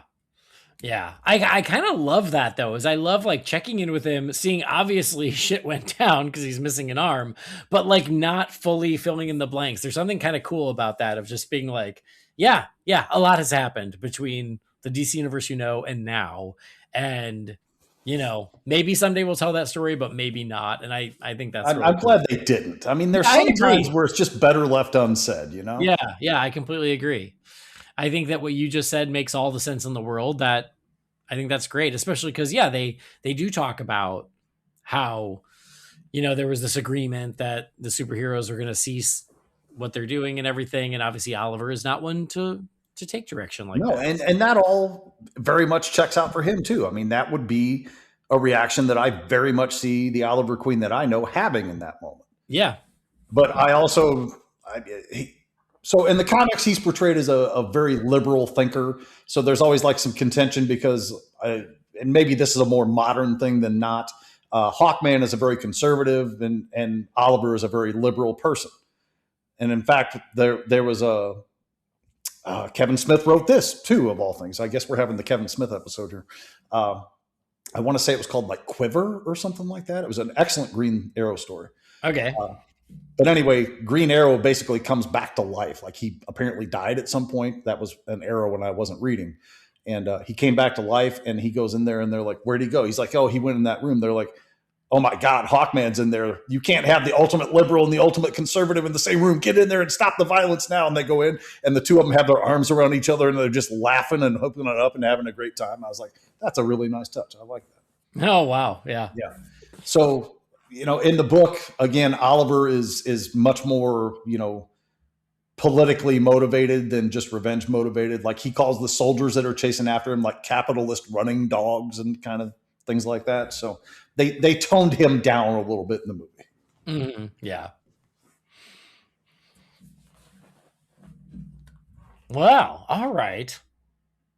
Any other awesome moments in the movie that you want to make sure that you call out or give some attention all of them, but how much time do we want to spend talking about this? Yeah, nothing else specifically. I think I got all the target points I wanted to make sure we discussed out there. I could probably go into more detail and depth with it, but most of you out there, I'm sure, have seen this by now. And if you haven't, shame on you. Yeah. One moment that I meant to call out, just because I think it's one of my favorite moments in the book, and I think it's done beautifully here, is it's when Batman and Robin are escaping and Carrie loses her grip and Batman grabs her and saves her, and he pulls her back up and he's holding her and he says, good soldier. Yes. I absolutely love that moment. And I think that they nail it here as well. Yeah. Perfect. Right off the page. Yep. Because Batman, he is good with her. And I also love just kind of the ongoing thing of like, I make the orders, and if you don't listen, you're fired. And that is just constantly breaks him, but it always works out to their benefit. So he keeps letting her stick around. Well, that is so brilliant to me. Well, and there's the great moment where, she doesn't listen. She ends up saving his ass, and she's like, "Am I fired?" And he's like, "Not tonight," or whatever. No, you're not fired. Yeah. I love that. So he's tough with her, but he's never mean to her. But I love that. Like, I love when you get a little bit of that softer side of Batman, of him comforting her when she needs it. The all-star Batman and Robin aside, because it doesn't really come off there. And, I guess shame on Frank for that a little bit, but Batman loves Robin. Yeah. Every Robin. It doesn't matter. I mean, that's why the Jason thing pains him so much, which, by the way, this book directly led to that phone call of does Jason Todd live or die the following year, in case Which you weren't aware. still blows my mind. And I feel like we talked about it. Maybe it was when we did the book, but it just blows my mind that it's a plot point in The Dark Knight Returns that Jason Todd had died in the line of duty. And that was before it actually happened. Yeah. So yeah, it's crazy to me. He should have stayed dead. But anyway, sorry to you Red Hood fans. Agreed. Got any hot takes you want to share? That's that one came up a lot. Yeah. So yeah, I mean, Batman is definitely compassionate. The whole idea behind Batman taking Robin in the first place was compassion. Yeah. So yes, there would be compassion and love and care in those moments. Would it be a tough love at times? Certainly, but it also would be I'm not going to let anything happen to you. You're a good soldier. You're honoring me like Jason did. So, I'm going to make sure you're okay. I'm not going to fail you like I failed Jason. So yeah, to me, that's perfect. Mm-hmm. Yeah. And I love when he brings her back to the cave and Alfred is like, and he's like, she's perfect. She's smart. She's, whatever. He says she's smart. She's something else. It is funny how quickly he's like, yep, she's exactly what I'm looking for in a Robin. And away we go. Now, one thing that has always plagued me with this, and after we just talked about how sometimes it's better left unsaid, was when Gordon and he are meeting in the restaurant and they say, have you talked to Dick? I haven't. Mm-hmm. I have always wondered what that fallout was with those two, because it's never addressed again. Yeah, I know.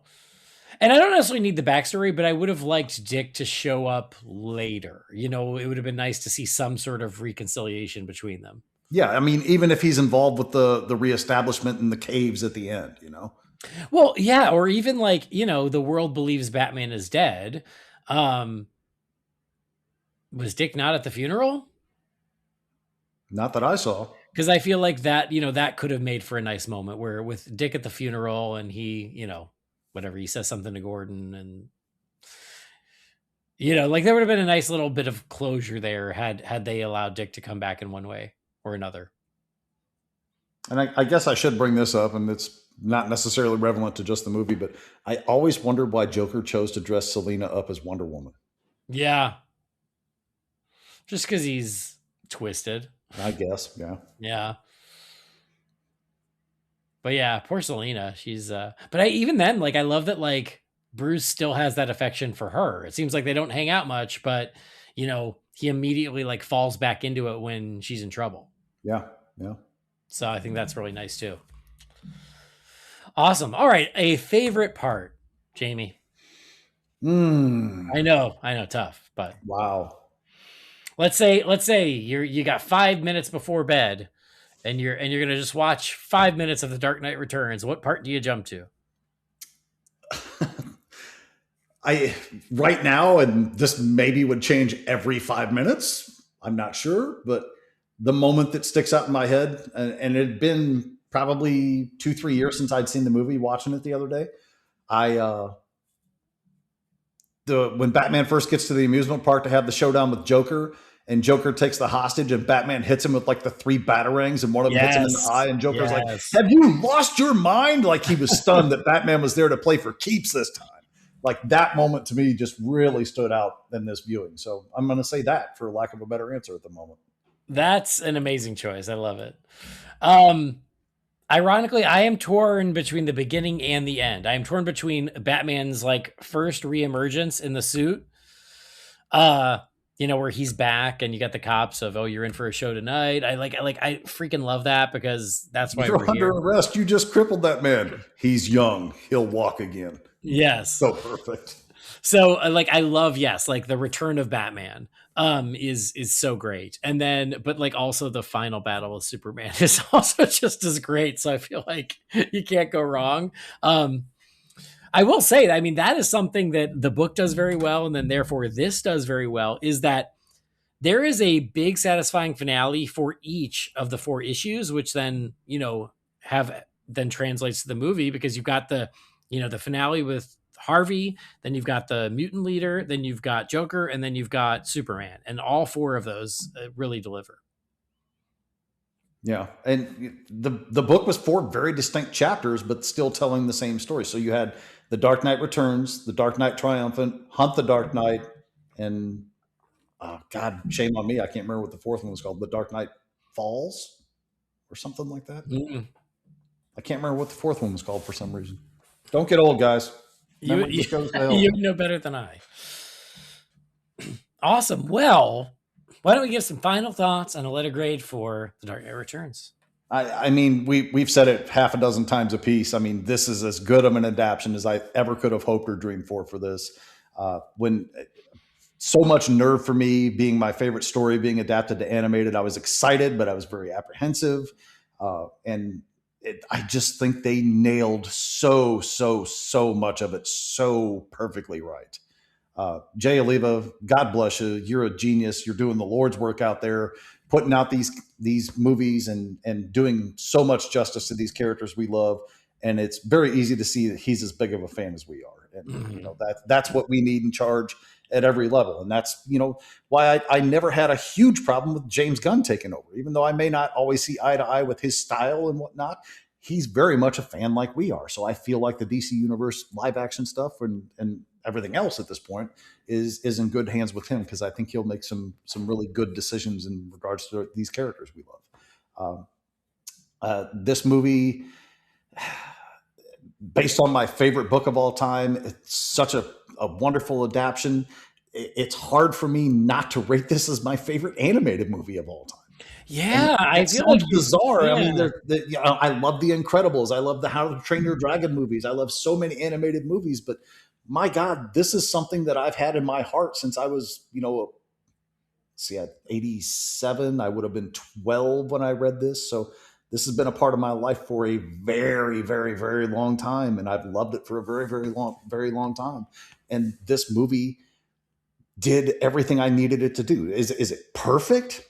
No, but it's as close to it as way more close to it than I ever would have imagined it would have been. So for me, this is an absolute triumph. It's a home run on pretty much every level. I do hope someday I get that director's cut that adds that internal monologue back in. But, even if I never get that, again, I know it well enough that I have most of the internal monologue I can just play to myself as it's happening. So, the fantastic movie. I love it. I'm glad we finally talked about it. All right. I mean, you and I are very much on the same page. Like I said, is it a perfect adaptation? It's really damn close, because even the minor nitpicks we could even bring up they don't really detract from the enjoyment of the film. As I said at the beginning, I think this is the gold standard on how to adapt a story like this, because it gives you exactly what you want from an adaptation of the story, because it looks the same, but in a new and different way. And it tells a story you love that is faithful, but also still exciting. Yeah, it's terrific. I love it. And I love that this gave us an excuse to finally go back and revisit it. There's so many of these animated movies. I don't always have time to go back. And it was really fun going back and really just settling in for the full 2.5 hours. I had a great time with it. And yeah, it's awesome. You all know that, but when you look at the best of the best, this is right there with them. Zero disagreement. Yeah. Well, Dark Knight Returns, guys. Are we letter grading? Or? Yeah, go for it. I'm going to give this an A and 3/4 of a plus. That's great. I love it. I'm going with a big solid A. Yeah, I think it's awesome. And I think maybe that's just because you're a even bigger fan of the source material than I am. But yeah, this is great. Awesome. Well, everybody out there, make sure you go celebrate the 13-year anniversary of The Dark Knight Returns by revisiting the biggest of anniversaries. What? The biggest of anniversaries. The biggest. I mean, yes, it's lucky number 13. It means something, I guess. But very cool. Yeah, and glad that we finally got around to this. It's shocking that we never had done this before, as many listeners had pointed out. They're like, I can't believe you never did it. And we're like, yeah, you're right. We didn't. Well, it essentially came out right before we started the show. So yeah, it was kind of hard to dive in when we first started. Yeah. And then, like I say, we got sidetracked when that 10th anniversary came around. And I know we talked about it multiple times, but I can't remember for the life of me why it slid into the cracks and we never did it. Yeah, same. But, oh well, all good. We finally did it. So It's a great movie, and it was great revisiting it and chatting about it with you, Jamie. Yeah. Shame on me for having waited that long since the last time I watched it or even read the book, man. I need to get back in that at least once a year rhythm with both of them. pick a date that is like, this is Dark Knight Returns Day. Yeah. And every I should year. do that. I should do that. Awesome. Well, it's not time to say goodbye just yet because we've got some emails. So let's check in with you, fine feathered finks, and crack open the Wayne Manor mailbox. It's time again for the Wayne Manor mailbox. You've got mail. Darren, what is a letter for me? Maybe temporary. She wrote a letter. You're one hell of a messenger. This is all, Master Wayne. All right, got a few here. First one comes from Dill Dietz. It says, "What's up, y'all? It's been a minute since I wrote in, and I've got a couple back questions I'd love to hear your thoughts on. Number one, with the announcement that Christina Hodson is writing The Brave and the Bold, the internet and the media have already begun the hating on DC that we've seen for years. Do you think it'll hurt the box office as it did during the Snyderverse era, or do you think it'll do less damage now that the general public has already gotten a taste of Gunn's DCU and has generally liked it? Number two, James Gunn has confirmed that the DCU Batman film is inspired by the 2000s Grant Morrison run. Aside from Damian, what is one thing you want to see adapted in the film and one thing you don't want to see make it into the movie? For me, I'd like to see the dark yet comic booky tone of the run and do not want to see anything to do with the Black Glove, Dr. Hurt, or the Hyper Adapter. Thanks for making the best DC podcast around, Dill." Thanks, Dill. All right, Dill. Well, thanks for writing in and thanks for your thoughts. Appreciate it. So number one, Christina Hodson writing The Brave and the Bold. We talked a little bit about this last time with Brendan, but let's talk about it again. Do you think that this will in any way hurt the reception or the performance or the hype around The Brave and the Bold, Jamie? Maybe for a small niche group of fans out there, it might shed some negative light to it. But for like general moviegoers, I don't think that name is going to phase them one way or the other. It's not going to drive them to see it. It's not going to keep them away. I think as far as like your general public audience, it's going to be all based on what the trailer looks like to them and, you know, how it's marketed. And we'll see what happens. But I don't feel like it's a negative thing, in my own opinion. Yeah, I agree. I think that, first of all, how many people out there go, I'm not going to see that movie because of the writer? Very few. And so you're right. Like, will there be a very small handful of fans who might throw some shade because it's the same writer as The Flash? Yes. Are those people going to go regardless? Yes. So no, I don't think that Christina Hodson writing this will have any effect on how it's received. And I also think that, Dill, you bring up a very good point. It's a new universe. It's a new day. It's a new world. People are going to judge this based on, like you said, Jamie, the trailer, and also just how they're liking the new DCU versus any feelings about movies in the previous universe. And then number two, getting inspiration from the Grant Morrison run for the DCU Batman, something you would like to see and something you would not like to see. I'll go first just because I'm not super familiar with the Grant Morrison run of Batman, so I can't pull out many specifics. Like you said, Black Glove, Dr. Hurt, Hyper Adapter, don't know what any of that stuff is. Nope, me either. Okay, good. Well, then we're on the same page. It sounds like Nintendo accessories from the mid 80s. Right. Yeah, don't know what any of that stuff is. So yeah, I don't have a specific answer. I definitely agree that what I want to see is a dark but comic booky tone. That sounds good to me. But I mean, my answer is what it's been for the past few years is I want to see a Batman film that isn't afraid to lean into comic books, color, action, and fun. And you can still have pathos and emotion and stakes in that box, but that's the box I want.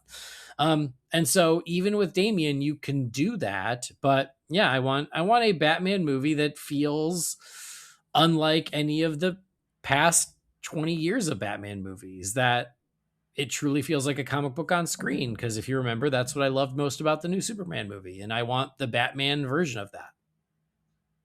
I mean, I can pretty much just copy and paste everything you just said because I don't have a lot of familiarity with the Morrison run.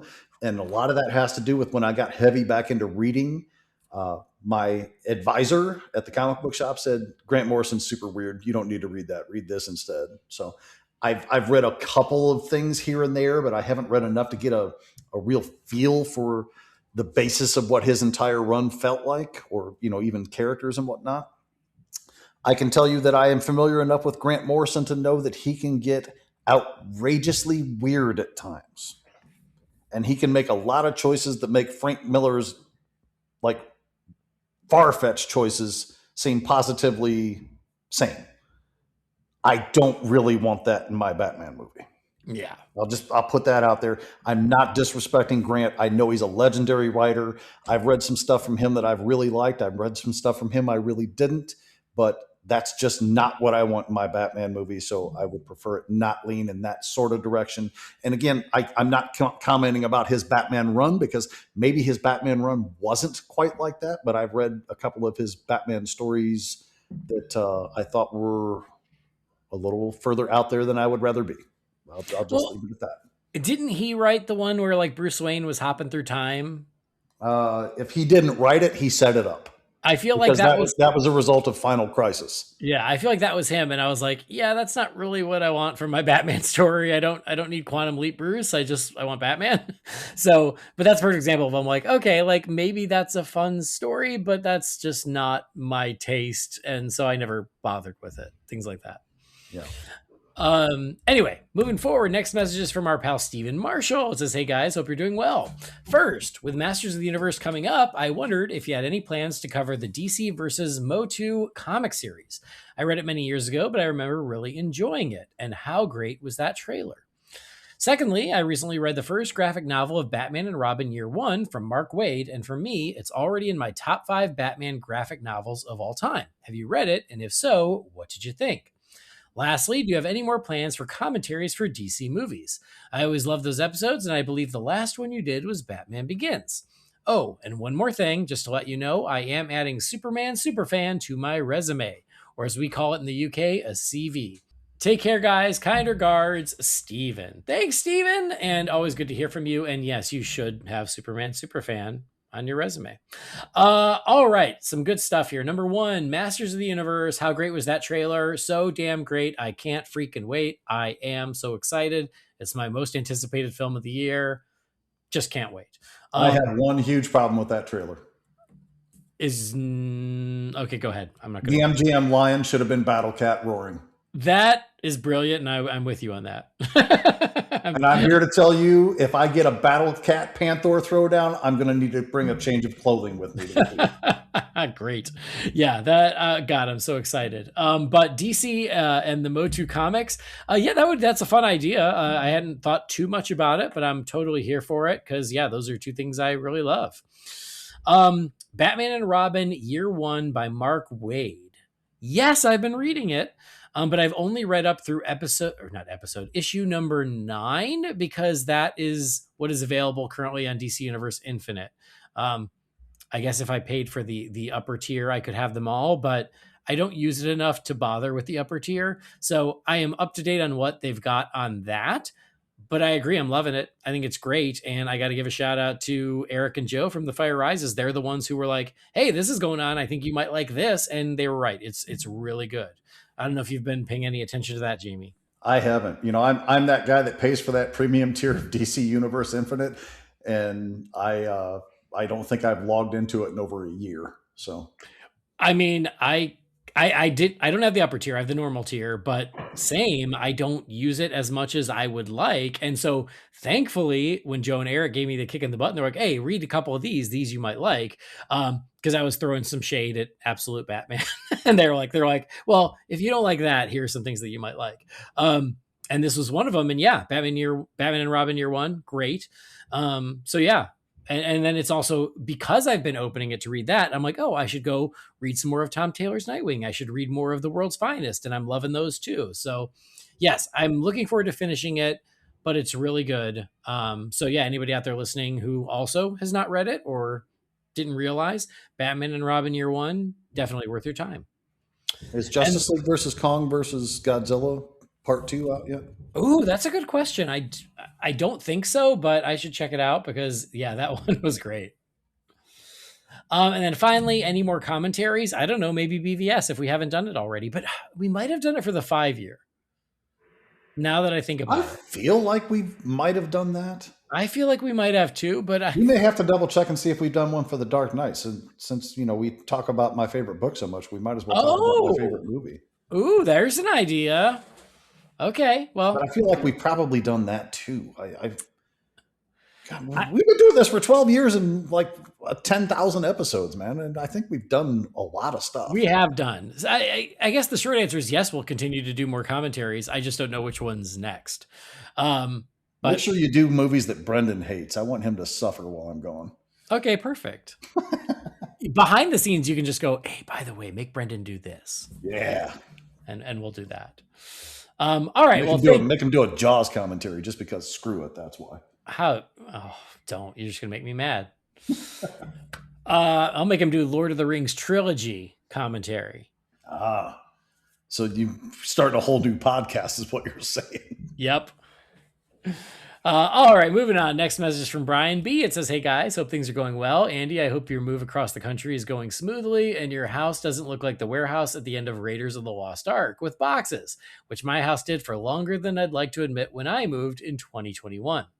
Since the Super Bowl is coming up and when this email is read behind us, I'm asking you to be the general manager for an iconic team from DC and Marvel and build your perfect Justice League roster and X-Men roster. My only rules are your limit is 7 and there have to be 2 women on the team because sometimes these teams get a bit too male driven, especially the Justice League. So for the Justice League, I would go with the animated Justice League 7 from the Tim Dini universe. However, I would put Hal Jordan and Barry Allen on the team instead of John and Wally. For X-Men, I would do Cyclops, Jean, Beast, Wolverine, Storm, Nightcrawler, and Colossus. It kills me to leave Kitty Pryde off, but rules are rules, and a man must have a code. I usually ask a non-comic book question, but this one seems like a pretty dense question, so I'll wait until next time. As always, thanks for the hard work, and hopefully 2026 is going great so far. Thank you, Brian. So the move is, it's going okay. There are still boxes, but there are less every day and we're getting there, but it's an ongoing thing. So I get it. All right. A perfect Justice League and X-Men roster. See, I love this question, but I also wish I could have thought ahead because I don't want to get it wrong, but we'll do it. It's fine. But Jamie, okay, let's start with Justice League. You got 7 to choose from. 2 have to be women. Batman, Superman, Wonder Woman. Great. Hal Jordan, Green Lantern. Great. Martian Manhunter.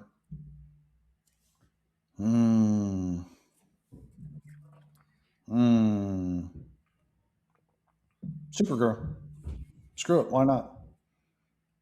I think you still have one more. I do. Okay. I'm trying to think. Supergirl never really gets involved with the Justice League for the most part. That's seemed kind of weird to me when she popped into my head, and I was like, why not? Let's see.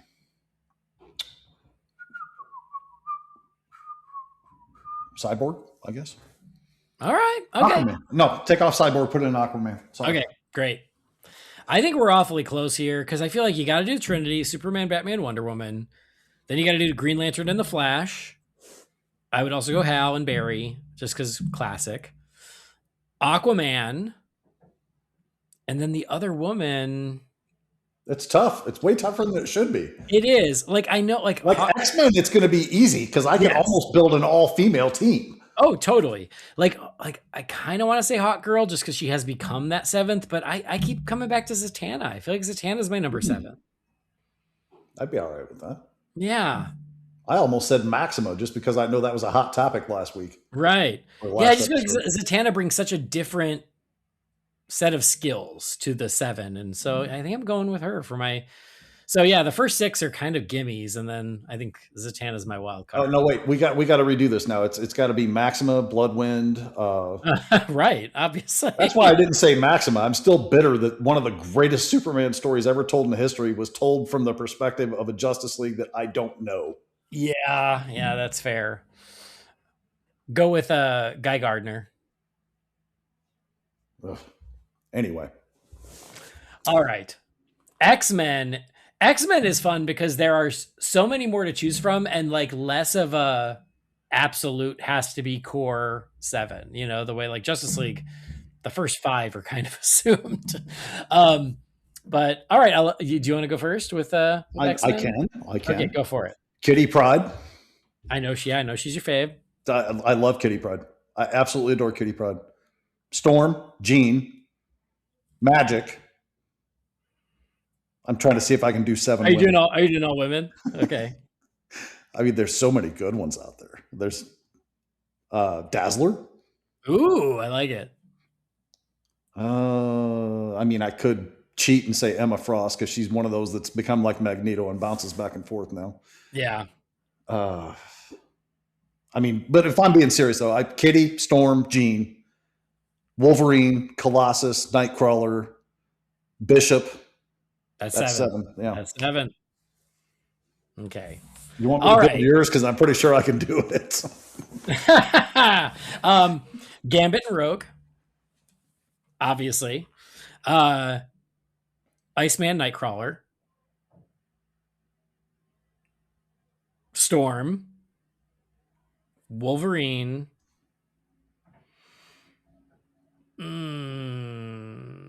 Beast. That's a good. There are so many good X-Men. That's the thing about X-Men is, again, like the field is wide open and there's not really a wrong answer. There's so many great choices, but I kind of just chose my favorites.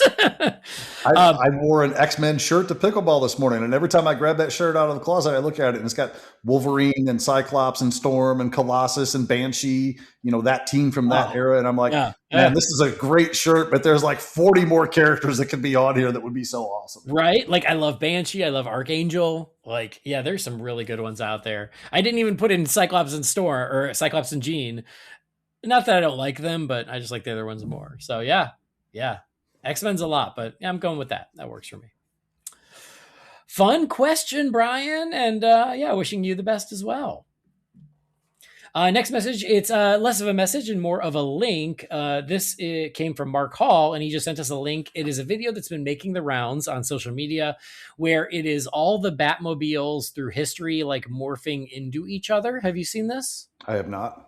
It's, you know, it's AI, which is why I don't want to like it, but it's still cool, right? It's like, it's cool, but also it's annoying because it's AI. But yeah, it's like starting with the very first car, I wouldn't even call it a Batmobile, from the old 40s serials, and then morphing into every live action Batmobile to the present, and then back again. See, this is how you know that things have changed, because if you watch those old series, you realize that Bruce Wayne and Batman drive the same car. Yeah.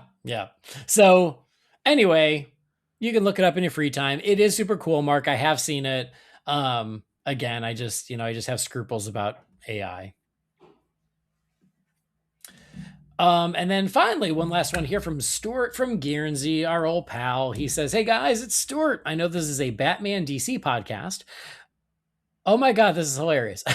Is there any chance that in May or June you would be open to covering either the DC Universe Masters of the Universe crossover or the Injustice Masters of the Universe comics? Andy, I know you're as excited to see He-Man on the big screen as I am, so I hope you're up for doing something on a podcast leading up to the release of the movie. What did you guys think of the trailer? I absolutely loved it. I have so much faith in the movie, as I truly believe Travis made the best Transformers film. From what we've seen and heard, it sounds like he'll putting the same energy into He-Man. Anyway, I hope you're doing well and you and your family have settled in, Stuart." Thanks, Stuart. Look at you. You're reading my mind. You know what's up. I mean, we already covered it. Like, yes, I think doing the DC Masters of the Universe crossovers would be tons of fun. I really want to look back at the 87 film on Real Fans. I think that would be fun. The Dolph Lundgren film. Because yes, is that still missing in obscurity? Like, unless you own a hard copy, is it still like nowhere to be found? I don't know if it's streaming, but it's like I know I can't buy a digital version of it, and you know me, I'm all digital now. Because you can't buy it on iTunes? I don't believe so. Not the last time I looked anyway. I thought you could. I bet you will be able to soon with that movie coming out. But all right, here we go. Masters of the Universe. It is on Tubi. But you're right. It's not on iTunes. Interesting. Yeah. So I'd have to watch it with some commercials. I watched it a few years ago and I was like, yeah, it's still not great, but it's really not as bad as I remembered. Well, here's the thing.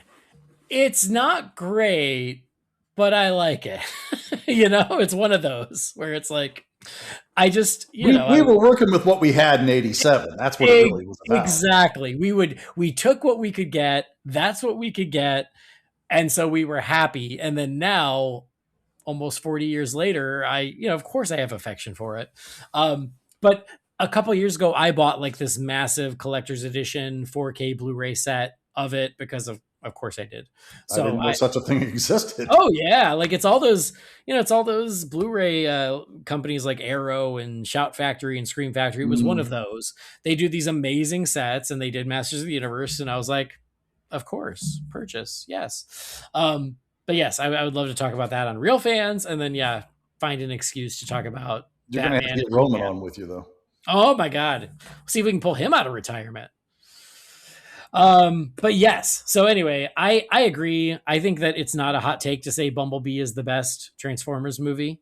I think that's pretty fair. And everything that we have seen and everything that Travis Knight has said gives me all the hope in the world for this movie. I can't freaking wait.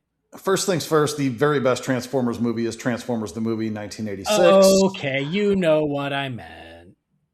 Live action. But of that modern series, I mean, I'd be hard-pressed to argue against that, even though I really like Rise of the Beast quite a bit. Oh, really? Yeah, I did. Okay, all right. Of course, there was a massive tease at the end of Rise of the Beast that I really hope gets paid off someday. We're still waiting. Haven't heard a peep. But I'm with you. I think that would have been cool, but it's been awfully quiet. I mean, that's another property that is way beyond due to get good justice done to it in a live action format. And that's coming from somebody who liked 2 of the 3 movies that we've gotten. So, yeah. Anyway, so He-Man is coming. It's like, it seems like the trailer did very well as far as like people watching it and everything. So that's really exciting. They had a Super Bowl spot, which is awesome. So I'm really hopeful that I love the movie, and I'm really hopeful that, people will check it out, because I do understand that like Masters of the Universe is such a not niche, but it's so specific as far as the age range of those of us who grew up with it. I was just getting ready to say, how many 45 to 60-year-olds are they planning on pulling into that theater? Yeah. Because I don't know I don't have any idea if my kids know what He-Man is. Well, I'll tell you who does. Harley. I turned it on. As if she had any choice in this matter. She didn't. But like last week, Scotty came over, we ordered pizza and we watched He-Man, and Harley, she dug it. And she's like, I love He-Man. And so we have the little He-Man golden books. We've been reading those at bedtime. She's in. Magnificent. Yeah. She's still not sure about the movie because Skeletor's scary, but she loves He-Man and she loves She-Ra. And I'm so here for it. Oh, so you watched the Dolph Lundgren one? No, we watched the cartoon. We watched the cartoon. Yeah, we watched the cartoon. She doesn't mind Skeletor in the cartoon, but for the trailer, she is super into the trailer until Skeletor shows up. And then she's like, oh, I don't know. I'll tell you what. iTunes runs some specials on those old, was it Filmation that did the original He-Man stuff? Yeah. Okay. So I bought the complete Masters of the Universe series that also included She-Ra, Princess of Power, and that's what it was called, right? The She-Ra movie? It was The Secret of the Sword. Secret of the Sword. Okay. And it also included the Christmas special. Yes. And it was $10 for all of that. Yeah. Yep. And then I bought the whole series of She-Ra for $10. So for $20, I have all of it. Yep. So if anybody's interested out there, watch those iTunes specials, because that's a lot of content for the money. Yep. Meanwhile, I'm still waiting for Robotech the Macross Saga to drop down to $10, but no, that shit's $60. That is too much. That's my jam from when I was a kid. Love that. Well, anyway, sorry to drop into Holy He-Man cast, but it's going to happen this year. Sorry. I mean, since we're on the subject anyway, I'm just going to throw it out there. They've got less than 30 minutes to get the hell out of Earth and get to Eternia and stay there, or I'm going to be a little tense. I agree. What's crazy is, like, if you've been listening, you heard that like Harley also fell in love with the Aquaman movies. We've been watching those a lot. And the He-Man movie feels very similar in style to the first Aquaman movie. Go read my comment when they posted the trailer in the Real Fans group. That's exactly what I said. Oh, really? I said, I don't mean this as any kind of detriment, but I get a lot of Aquaman vibes from that trailer. Same. And for me, it's like the biggest compliment where, yes, he's coming from our world, but he's going to be introduced to this other world and, action and shenanigans will ensue. But for me, I'm like, that's cool. Like if you're going to use the Aquaman template, I'm fine with that. But you're right. It better not be an hour on Earth before we get some Eternia goodness. I'm preferring 15 to 20 minutes, but 30 is my cap. You got to get out of there. 29 minutes is what your time. If you hit 30 and you're still on Earth, we're going to fight. I think you're going to get the prologue in Eternia, right? Yeah. And then you're going to get 30 minutes on Earth. Tila shows up because we see Beastman going ham on the highway in Earth too. Yeah, I mean, there's at least one action set piece that happens on Earth. We know that. Yeah. But I'm hoping that's all it is. And then it goes to Eternia and stays the friggin' Eternia. Because I don't want that whole thing taking place on Earth. I've already got that movie. Right. And the important thing is I think Courtney Cox should show up. Well, of course she should. In a cameo. If it were up to me, I would have made her the sorceress. Why not? But isn't Morena Baccarin the sorceress? It is. And rightly so, because she is a sorceress, because I'm pretty sure she stopped aging in her mid-20s. I love it. She is just such like a geek icon, and rightfully so. I just love it. I just love that she is leaned into this geek world, and so it's like, of course it's Morena Baccarin.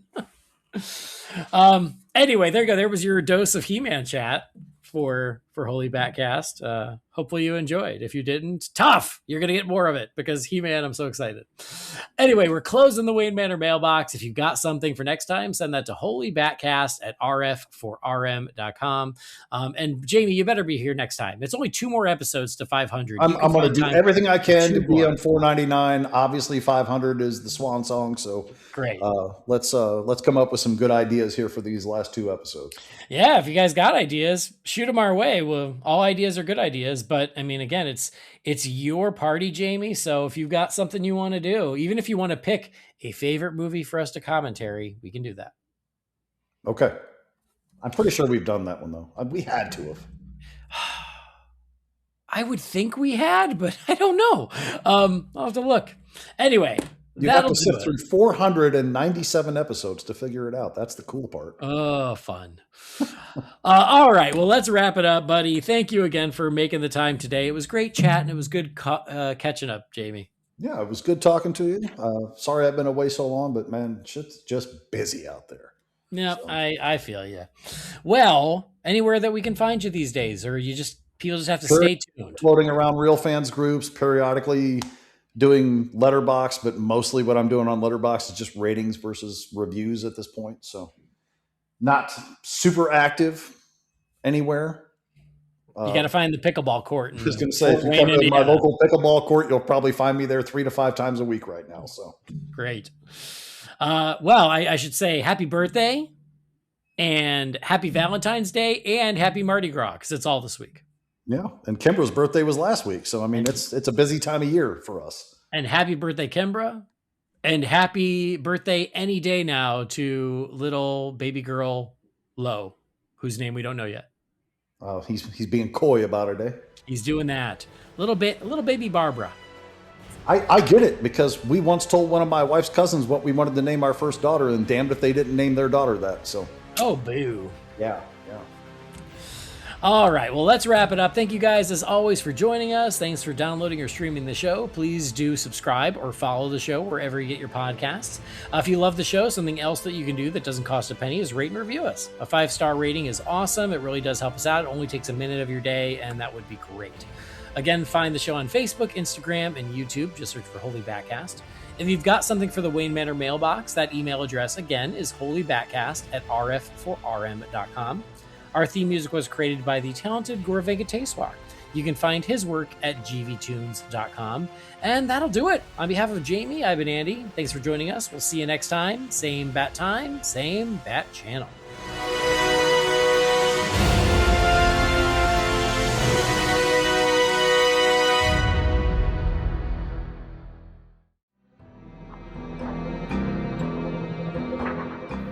Holy BatCast is not affiliated with Warner Brothers or DC Entertainment. The views and opinions shared by the participants are theirs and theirs alone and do not represent the companies or organizations they happen to work for.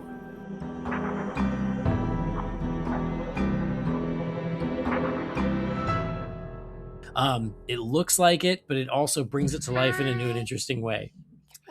Hi, Harley. All right, we got the cameo in here. What's up, girl? What's going on, baby? Uncle Thomas. That's Uncle Jamie. Can you say hi to Uncle Jamie?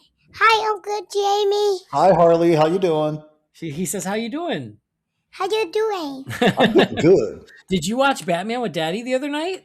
Yeah. Did you like it? What did you say when Batman won? Yeah, Batman. Woo! Bye. Say bye, Jamie. Bye, Bye, Jamie. Say bye, Bye, Harley. everybody. Bye, everyone. Okay, bye. Love you. Well, there you go. You got your cameo. Perfect. I was starting to worry about it there.